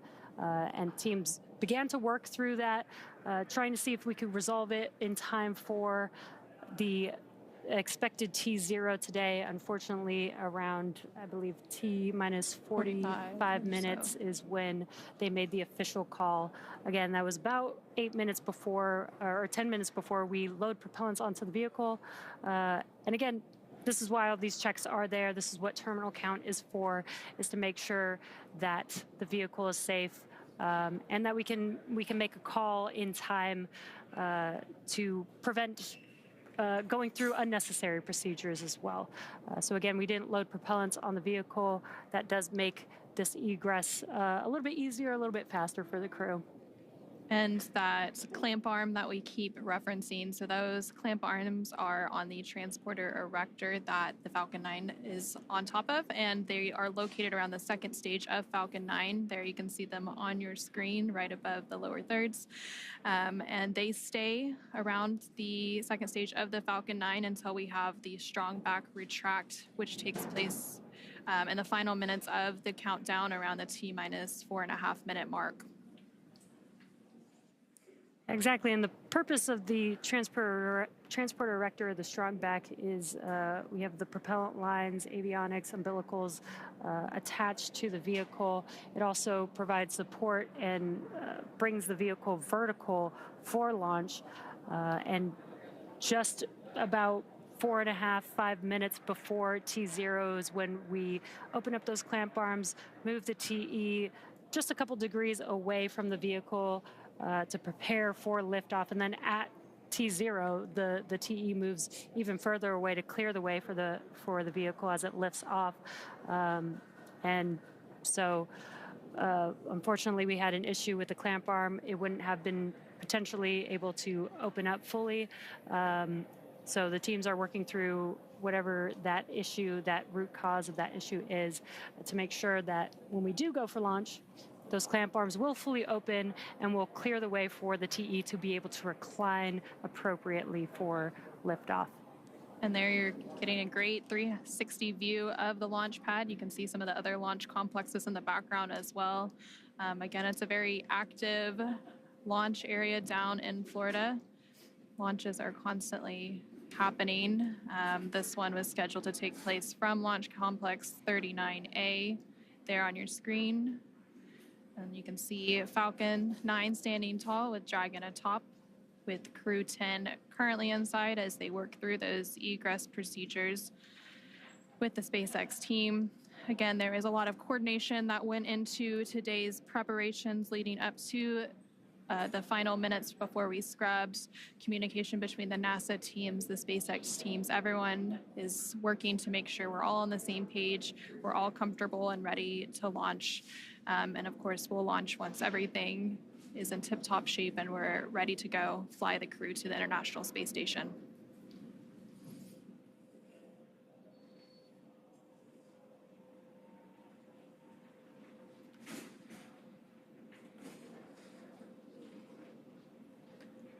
And again, the crew has gone through these procedures many, many times. There's a lot of rehearsals. There's a lot of review of all the vehicle systems prior to flight, testing, simulations that the crew works through in preparation for a launch to the International Space Station.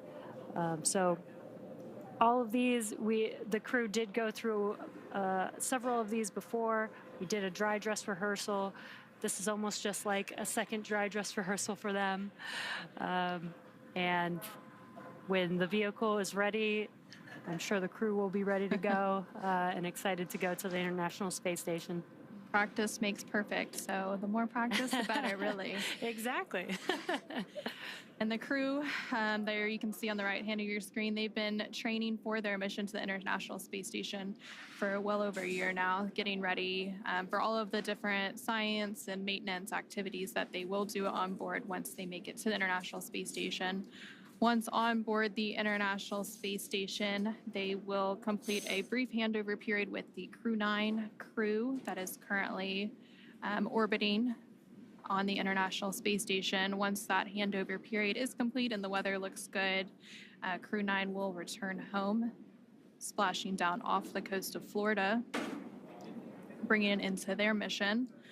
And again, this is part of the rotational crew missions that we do to the International Space Station about every 6 months or so as part of NASA's Commercial Crew Program.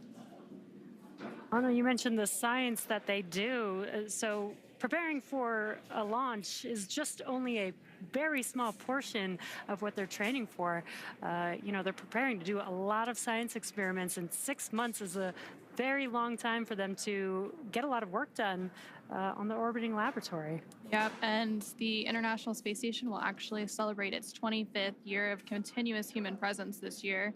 And in that time, there have been thousands of experiments conducted in microgravity. And that microgravity environment in low Earth orbit really provides a unique environment for science and research technology demonstrations that just can't be done here on Earth. And some of those science and research activities that the crew is planning to conduct includes a thermally assisted material flammability tests to understand fire growth and reaction in microgravity. And this research could contribute to future spacecraft and facility designs. They'll also engage with students worldwide via ham radio. And researchers from that investigation recently launched related science to the moon aboard Firefly's Blue Ghost, aiming to bridge current navigation systems with emerging lunar-specific technologies. And then the astronauts there on your screen themselves also serve as test subjects. So we have NASA's Human Research Program that does a multitude of different human studies on the crew themselves. And one of those studies that began a couple of years ago is known as CIPHER. So one of the crew members is part of that human research study to provide valuable insights for future deep space missions. But again, that's just a sampling of the more than 200 different investigations that they will participate in and help researchers on Earth conduct while they complete their mission at the International Space Station in low Earth orbit. Again, the launch of CREW-10, which you can see that crew on the right-hand side of your screen, comprised of NASA astronauts Anne McClain, Nichole Ayers, JAXA astronaut Takuya Onishi, and Roscosmos cosmonaut Kirill Peskov. That launch for today that was originally planned for 7:48 p.m. Eastern, 4:48 p.m. Pacific was scrubbed with about 45 minutes left in the countdown, right before the crew access arm was planned to retract. It was scrubbed due to a hydraulics ground issue related to the clamp arm, which is holding, there are two clamp arms holding the Falcon 9 rocket in place on the launch pad aboard the transporter erector. Those clamp arms are located around the second stage of the Falcon 9, which you can see there now on your screen. After that launch scrub was called, the teams immediately began working through processes to egress the crew from the spacecraft, but the pad team had already left the pad, so they had to drive back out.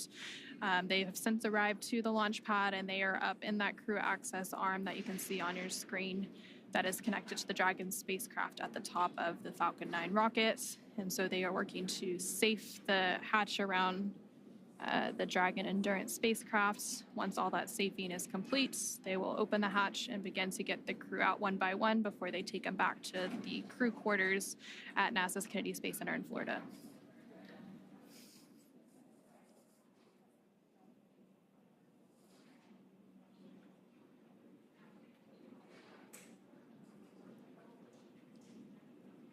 So leading up to today's launch attempt, the crew actually ingressed or entered the spacecraft around 4:58 p.m. Eastern, so several hours ago now. There you can see the ground crew team currently working on those hatch safing and opening operations. Dragon SpaceX closeout team is preparing for side hatch open in just about a minute or so. Dragon copy. And again, some comms from the core here in Mission Control at SpaceX in Hawthorne, California, communicating with the crew, just letting them know that the closeout team is there outside, just right outside of the hatch, working on opening that hatch for them. Again, they're still inside of the Dragon spacecraft, and there you can see them in their seats. So they can't see what's going on outside of the vehicle, which is why the core is there to help communicate. They might be hearing some noises from the closeout team working on opening that hatch. This allows them to just know and understand what to expect, that those noises that they're hearing is expected, and that they can anticipate that hatch opening here shortly.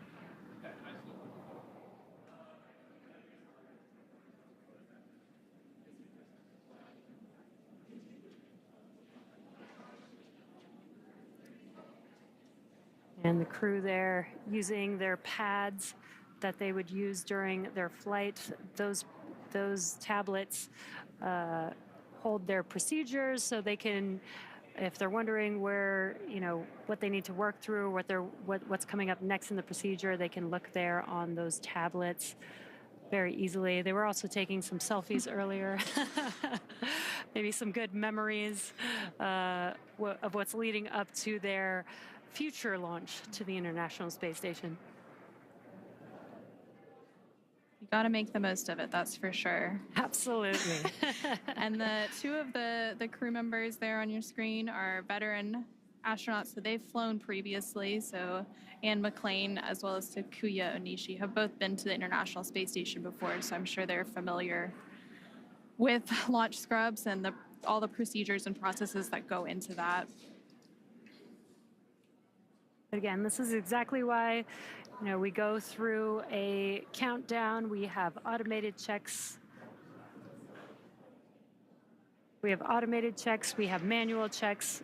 We have a whole team in mission control here in Hawthorne that monitor the vehicle and all of its systems to make sure that everything is good. We have a team monitoring all the ground systems to ensure everything is good. Again, if we are not 100% sure that we are safe, that we can launch safely and reliably, we will call a hold on a launch just like we did today, and we will wait until we are ready with another backup opportunity, hopefully in the next day or two.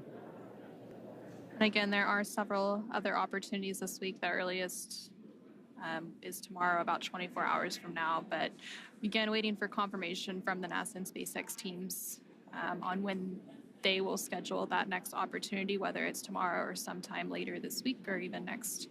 And there on your screen, you can see the closeout team. It looks like they're beginning to work to open the hatch. And then once the hatch is open, the crew will begin exiting one by one with some assistance from those ground teams. And just by the number of people you can see on your screen there, you can see just how big of an operation it is to launch people. Starting SpaceX, stand by for side hatch open.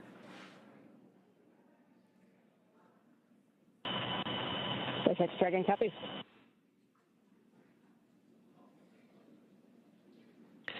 And Dragon SpaceX, hatch is open, so we'll be handing you off to the closeout team for egress. Sorry we couldn't get you off today, but we'll speak to you soon and look forward to trying it again. SpaceX Dragon, we copy. We see the closeout crew. Great working with you today. Kudos to the whole team. I know it was a lot of work to try to get it to go, but like I said earlier, we'll be ready when the equipment is.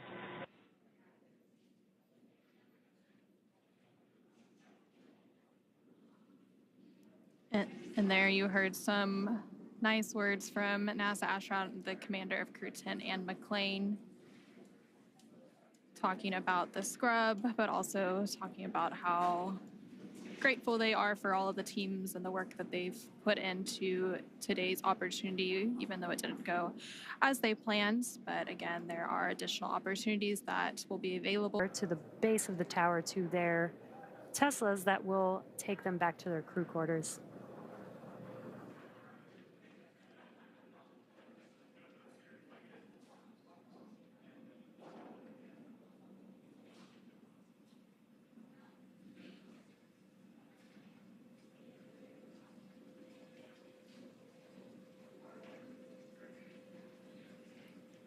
Looks like several members of the closeout team are following right behind them.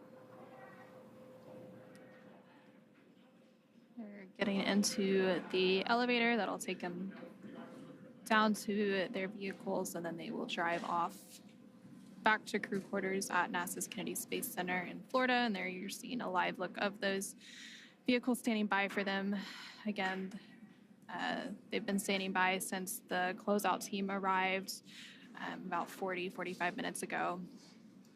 After the launch scrub was called, there were a few minutes that we had to wait for the closeout team to make their way back, since they had already left the launch pad prior to that scrub being called. Once the closeout team made their way back, they then went up to the crew access arm and began safing the hatch to then egress the crew. The CREW-10 crew members comprised of NASA astronauts Anne McClain, Nichole Ayers, JAXA astronaut Takuya Onishi, and Roscosmos cosmonaut Kirill Peskov. And there you see them all on your screen as they are making their way down. They've made their way down and are going to enter into their vehicles and leave the launch pad and go back to crew quarters shortly.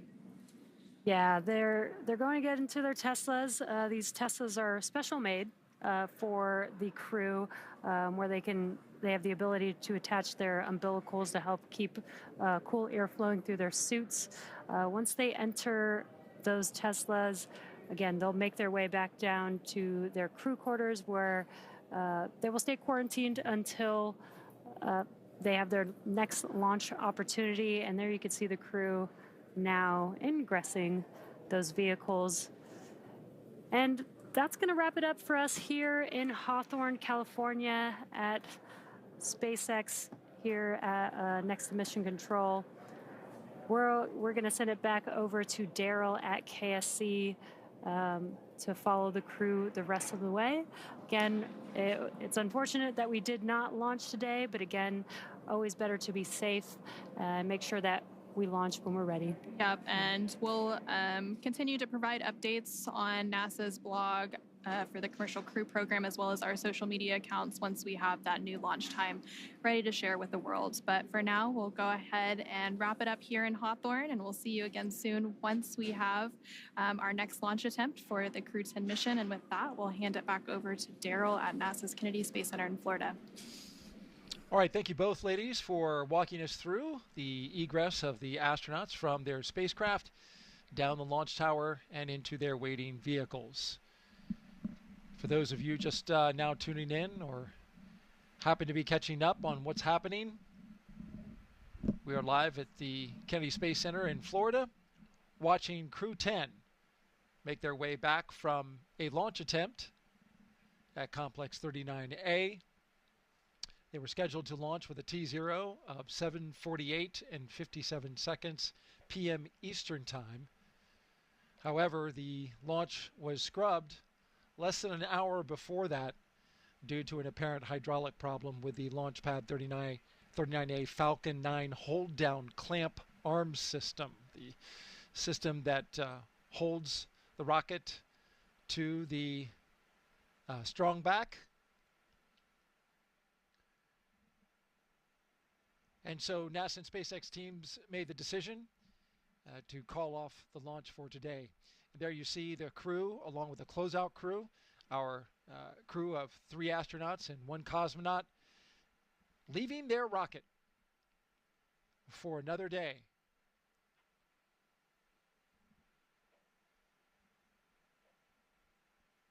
So of course, Jessica, the understanding is, with astronauts that they're always ready, but they got to be feeling some disappointment. Yeah, certainly. I mean, it's a bit of a letdown when you think you're going to space and you don't. I didn't have that scrub experience myself, but obviously it is quite common for a lot of astronauts in the office. And I think really they're just mostly used to it from their previous careers. Like we mentioned earlier, Anne often talks about being humble and knowing that your equipment it's going to fail in the least predictable of ways. So you really just always need to be ready for anything.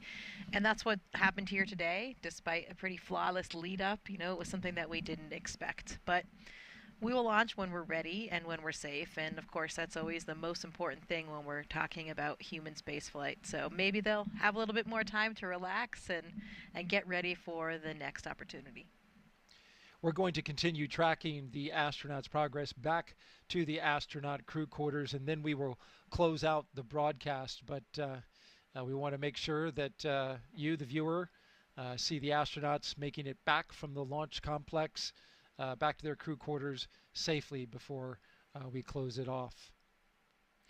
And then it's a little bit like going home. Anne was talking earlier about appreciating the home-cooked food, and we have an incredible staff there at the quarantine facility. So, hey, another day of that, probably some other family visits, and they'll find a way to make good use of that time now that they have all the annoying taskless stuff out of the way that they thought they had to complete before yesterday.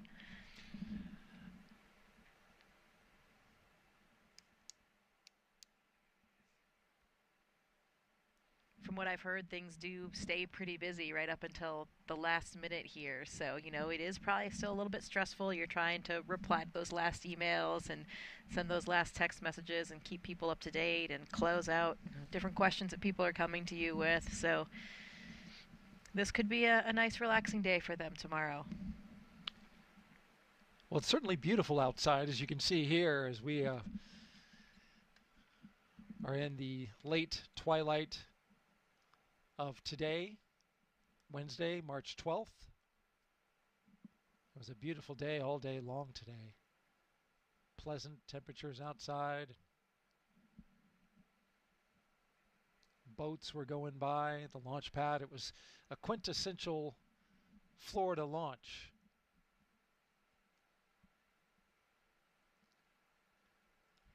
This is that kind of scene that I was talking about earlier when the cars were going in the other direction, and now at night it's even more dramatic with all of the lights and the entourage leading them back. I wonder if they're playing their theme music again. Maybe not. Maybe this time they're kind of sitting in silence, and will they play the same songs on the next opportunity? That's another answer I'll have to find out. Yeah. I mean, it's an opportunity to change up your playlist if you've got the time to do so.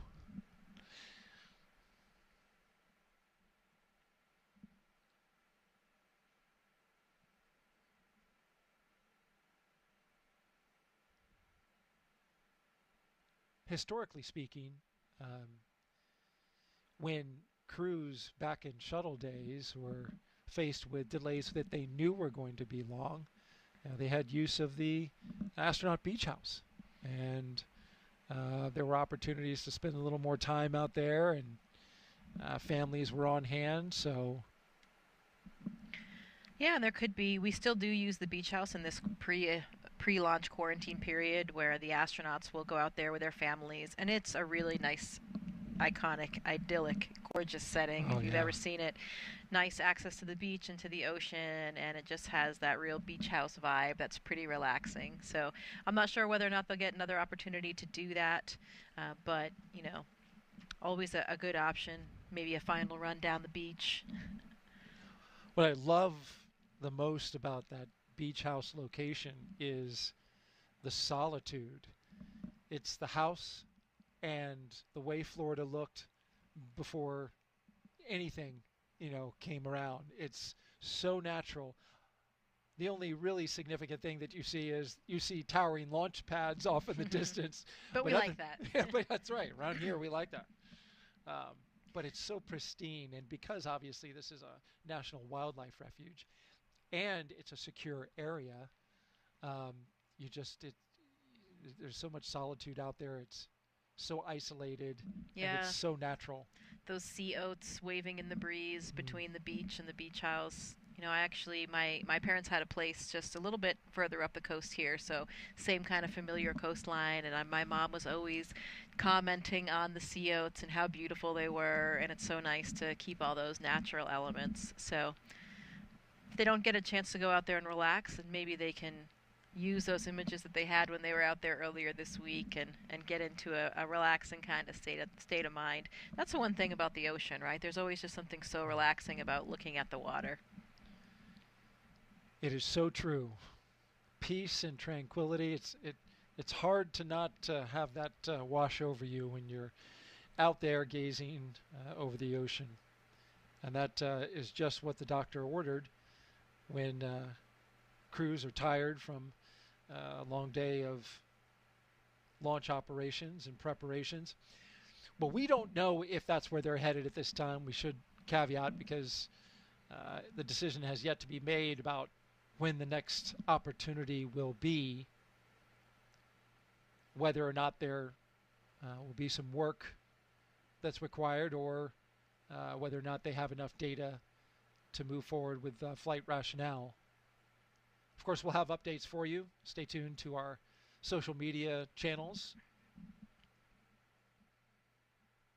as we drive by the other direction, away from the vehicle assembly building and right by our studios here at the Launch 39 complex.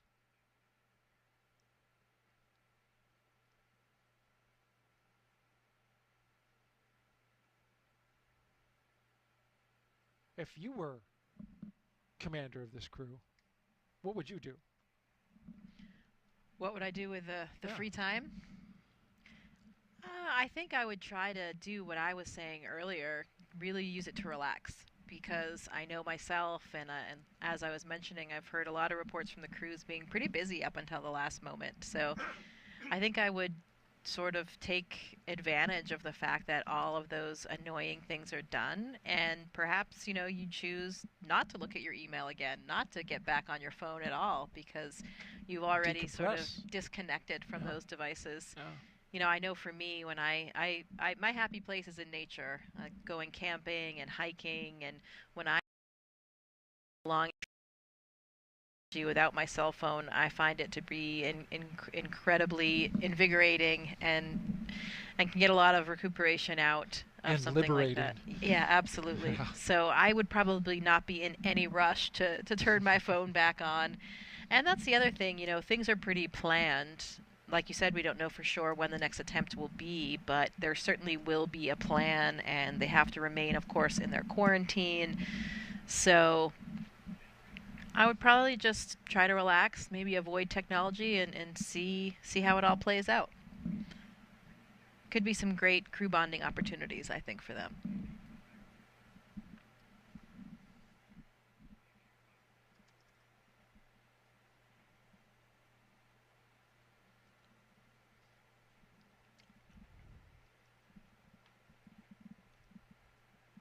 You're watching the crew from NASA SpaceX's CREW-10 making their way back to astronaut crew quarters at the ONC. It's about a 20-minute drive from the launch pad to the crew quarters. The caravan going down NASA Causeway. They came in on 2 lanes. They're going out on 3 lanes. Those 3 lanes are to accommodate big, heavy space hardware when it travels around the Kennedy Space Center. Fun little fact.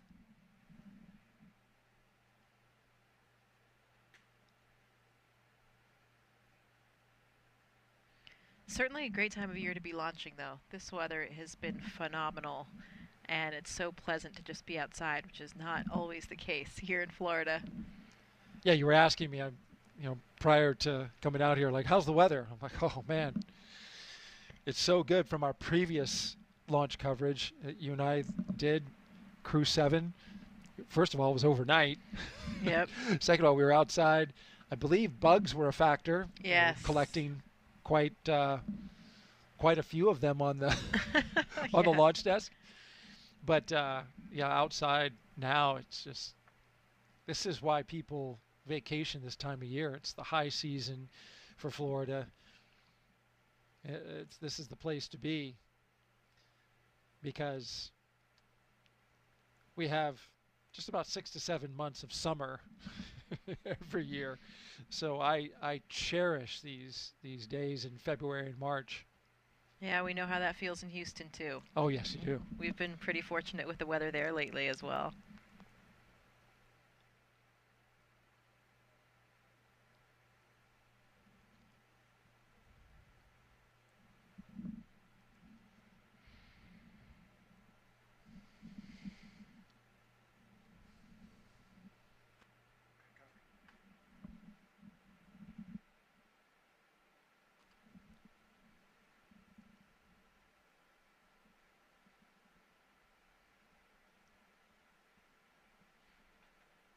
Hopefully the friends and family that are here as well will be able to stick around for a little while and see what's going to happen.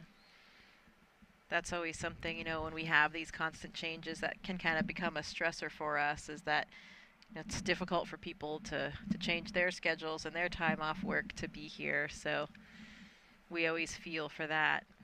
And I know that happened once already with the change that they had moving off of the February plan. So see how it all works, but we will be here supporting them, and our colleagues at NASA are in it until the end for sure. So we're here to support them all the way and send them off eventually to space. 100%.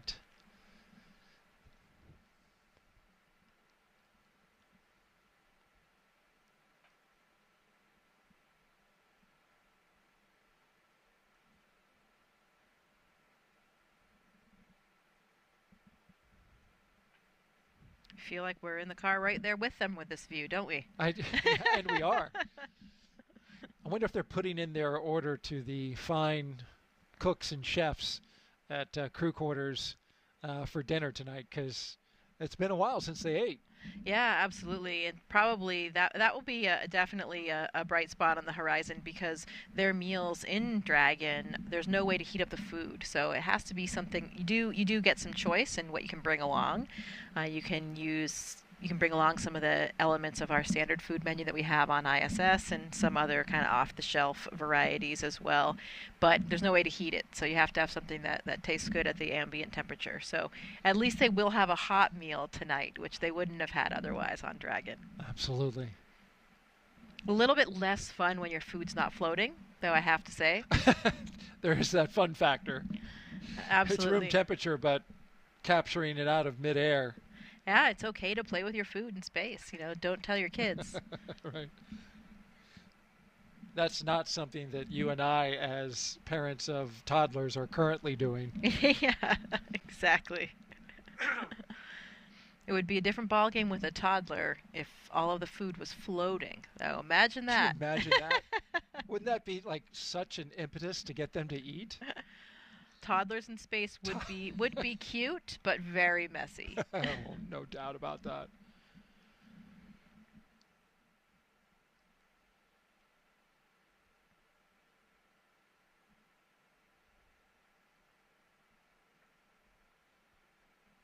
Well, I know that would be top on my list when you asked what I would be doing if I were the commander and had a scrub. And that would be definitely some squeezing and cuddling of my toddler. No doubt. You've got a young one at a precious age, as do I. Enjoying every moment of that. I assume it would get a little confusing for them, though. Yeah, I know, right. Especially at that age where, it's difficult to completely understand what your mom or dad is saying. Well, we have arrived back where we started, at Astronaut Crew Quarters, as the gull-wing doors open up.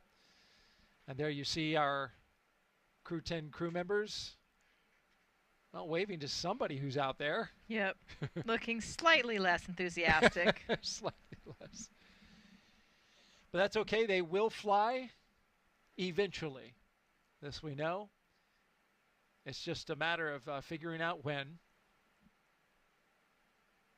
as they hustle into the doors.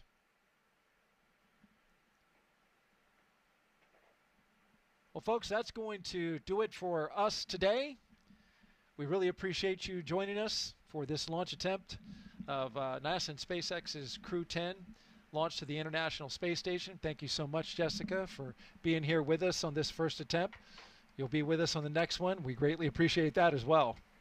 Yeah, thank you. It is a pleasure, really an honor to be here supporting my colleagues on their journey to space, and this is all just part of the journey. Everyone's is different. Absolutely.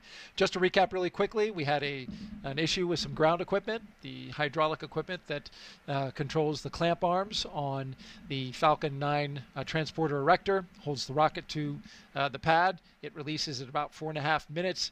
There was an issue, and they're going to look at that, look at the data, and then decide whether or not to have some work to do or maybe some further data reviews before they decide on a launch date. So make sure you stay tuned to updates that we will have for you. Just head to nasa.gov/blogs/CREW-10. You see it at the bottom of your screen there. We'll have all the information you need to know once we have that available on the next launch attempt. For everybody here at NASA and SpaceX, I'm Daryl Nail for Jessica Muir. We'll see you next time.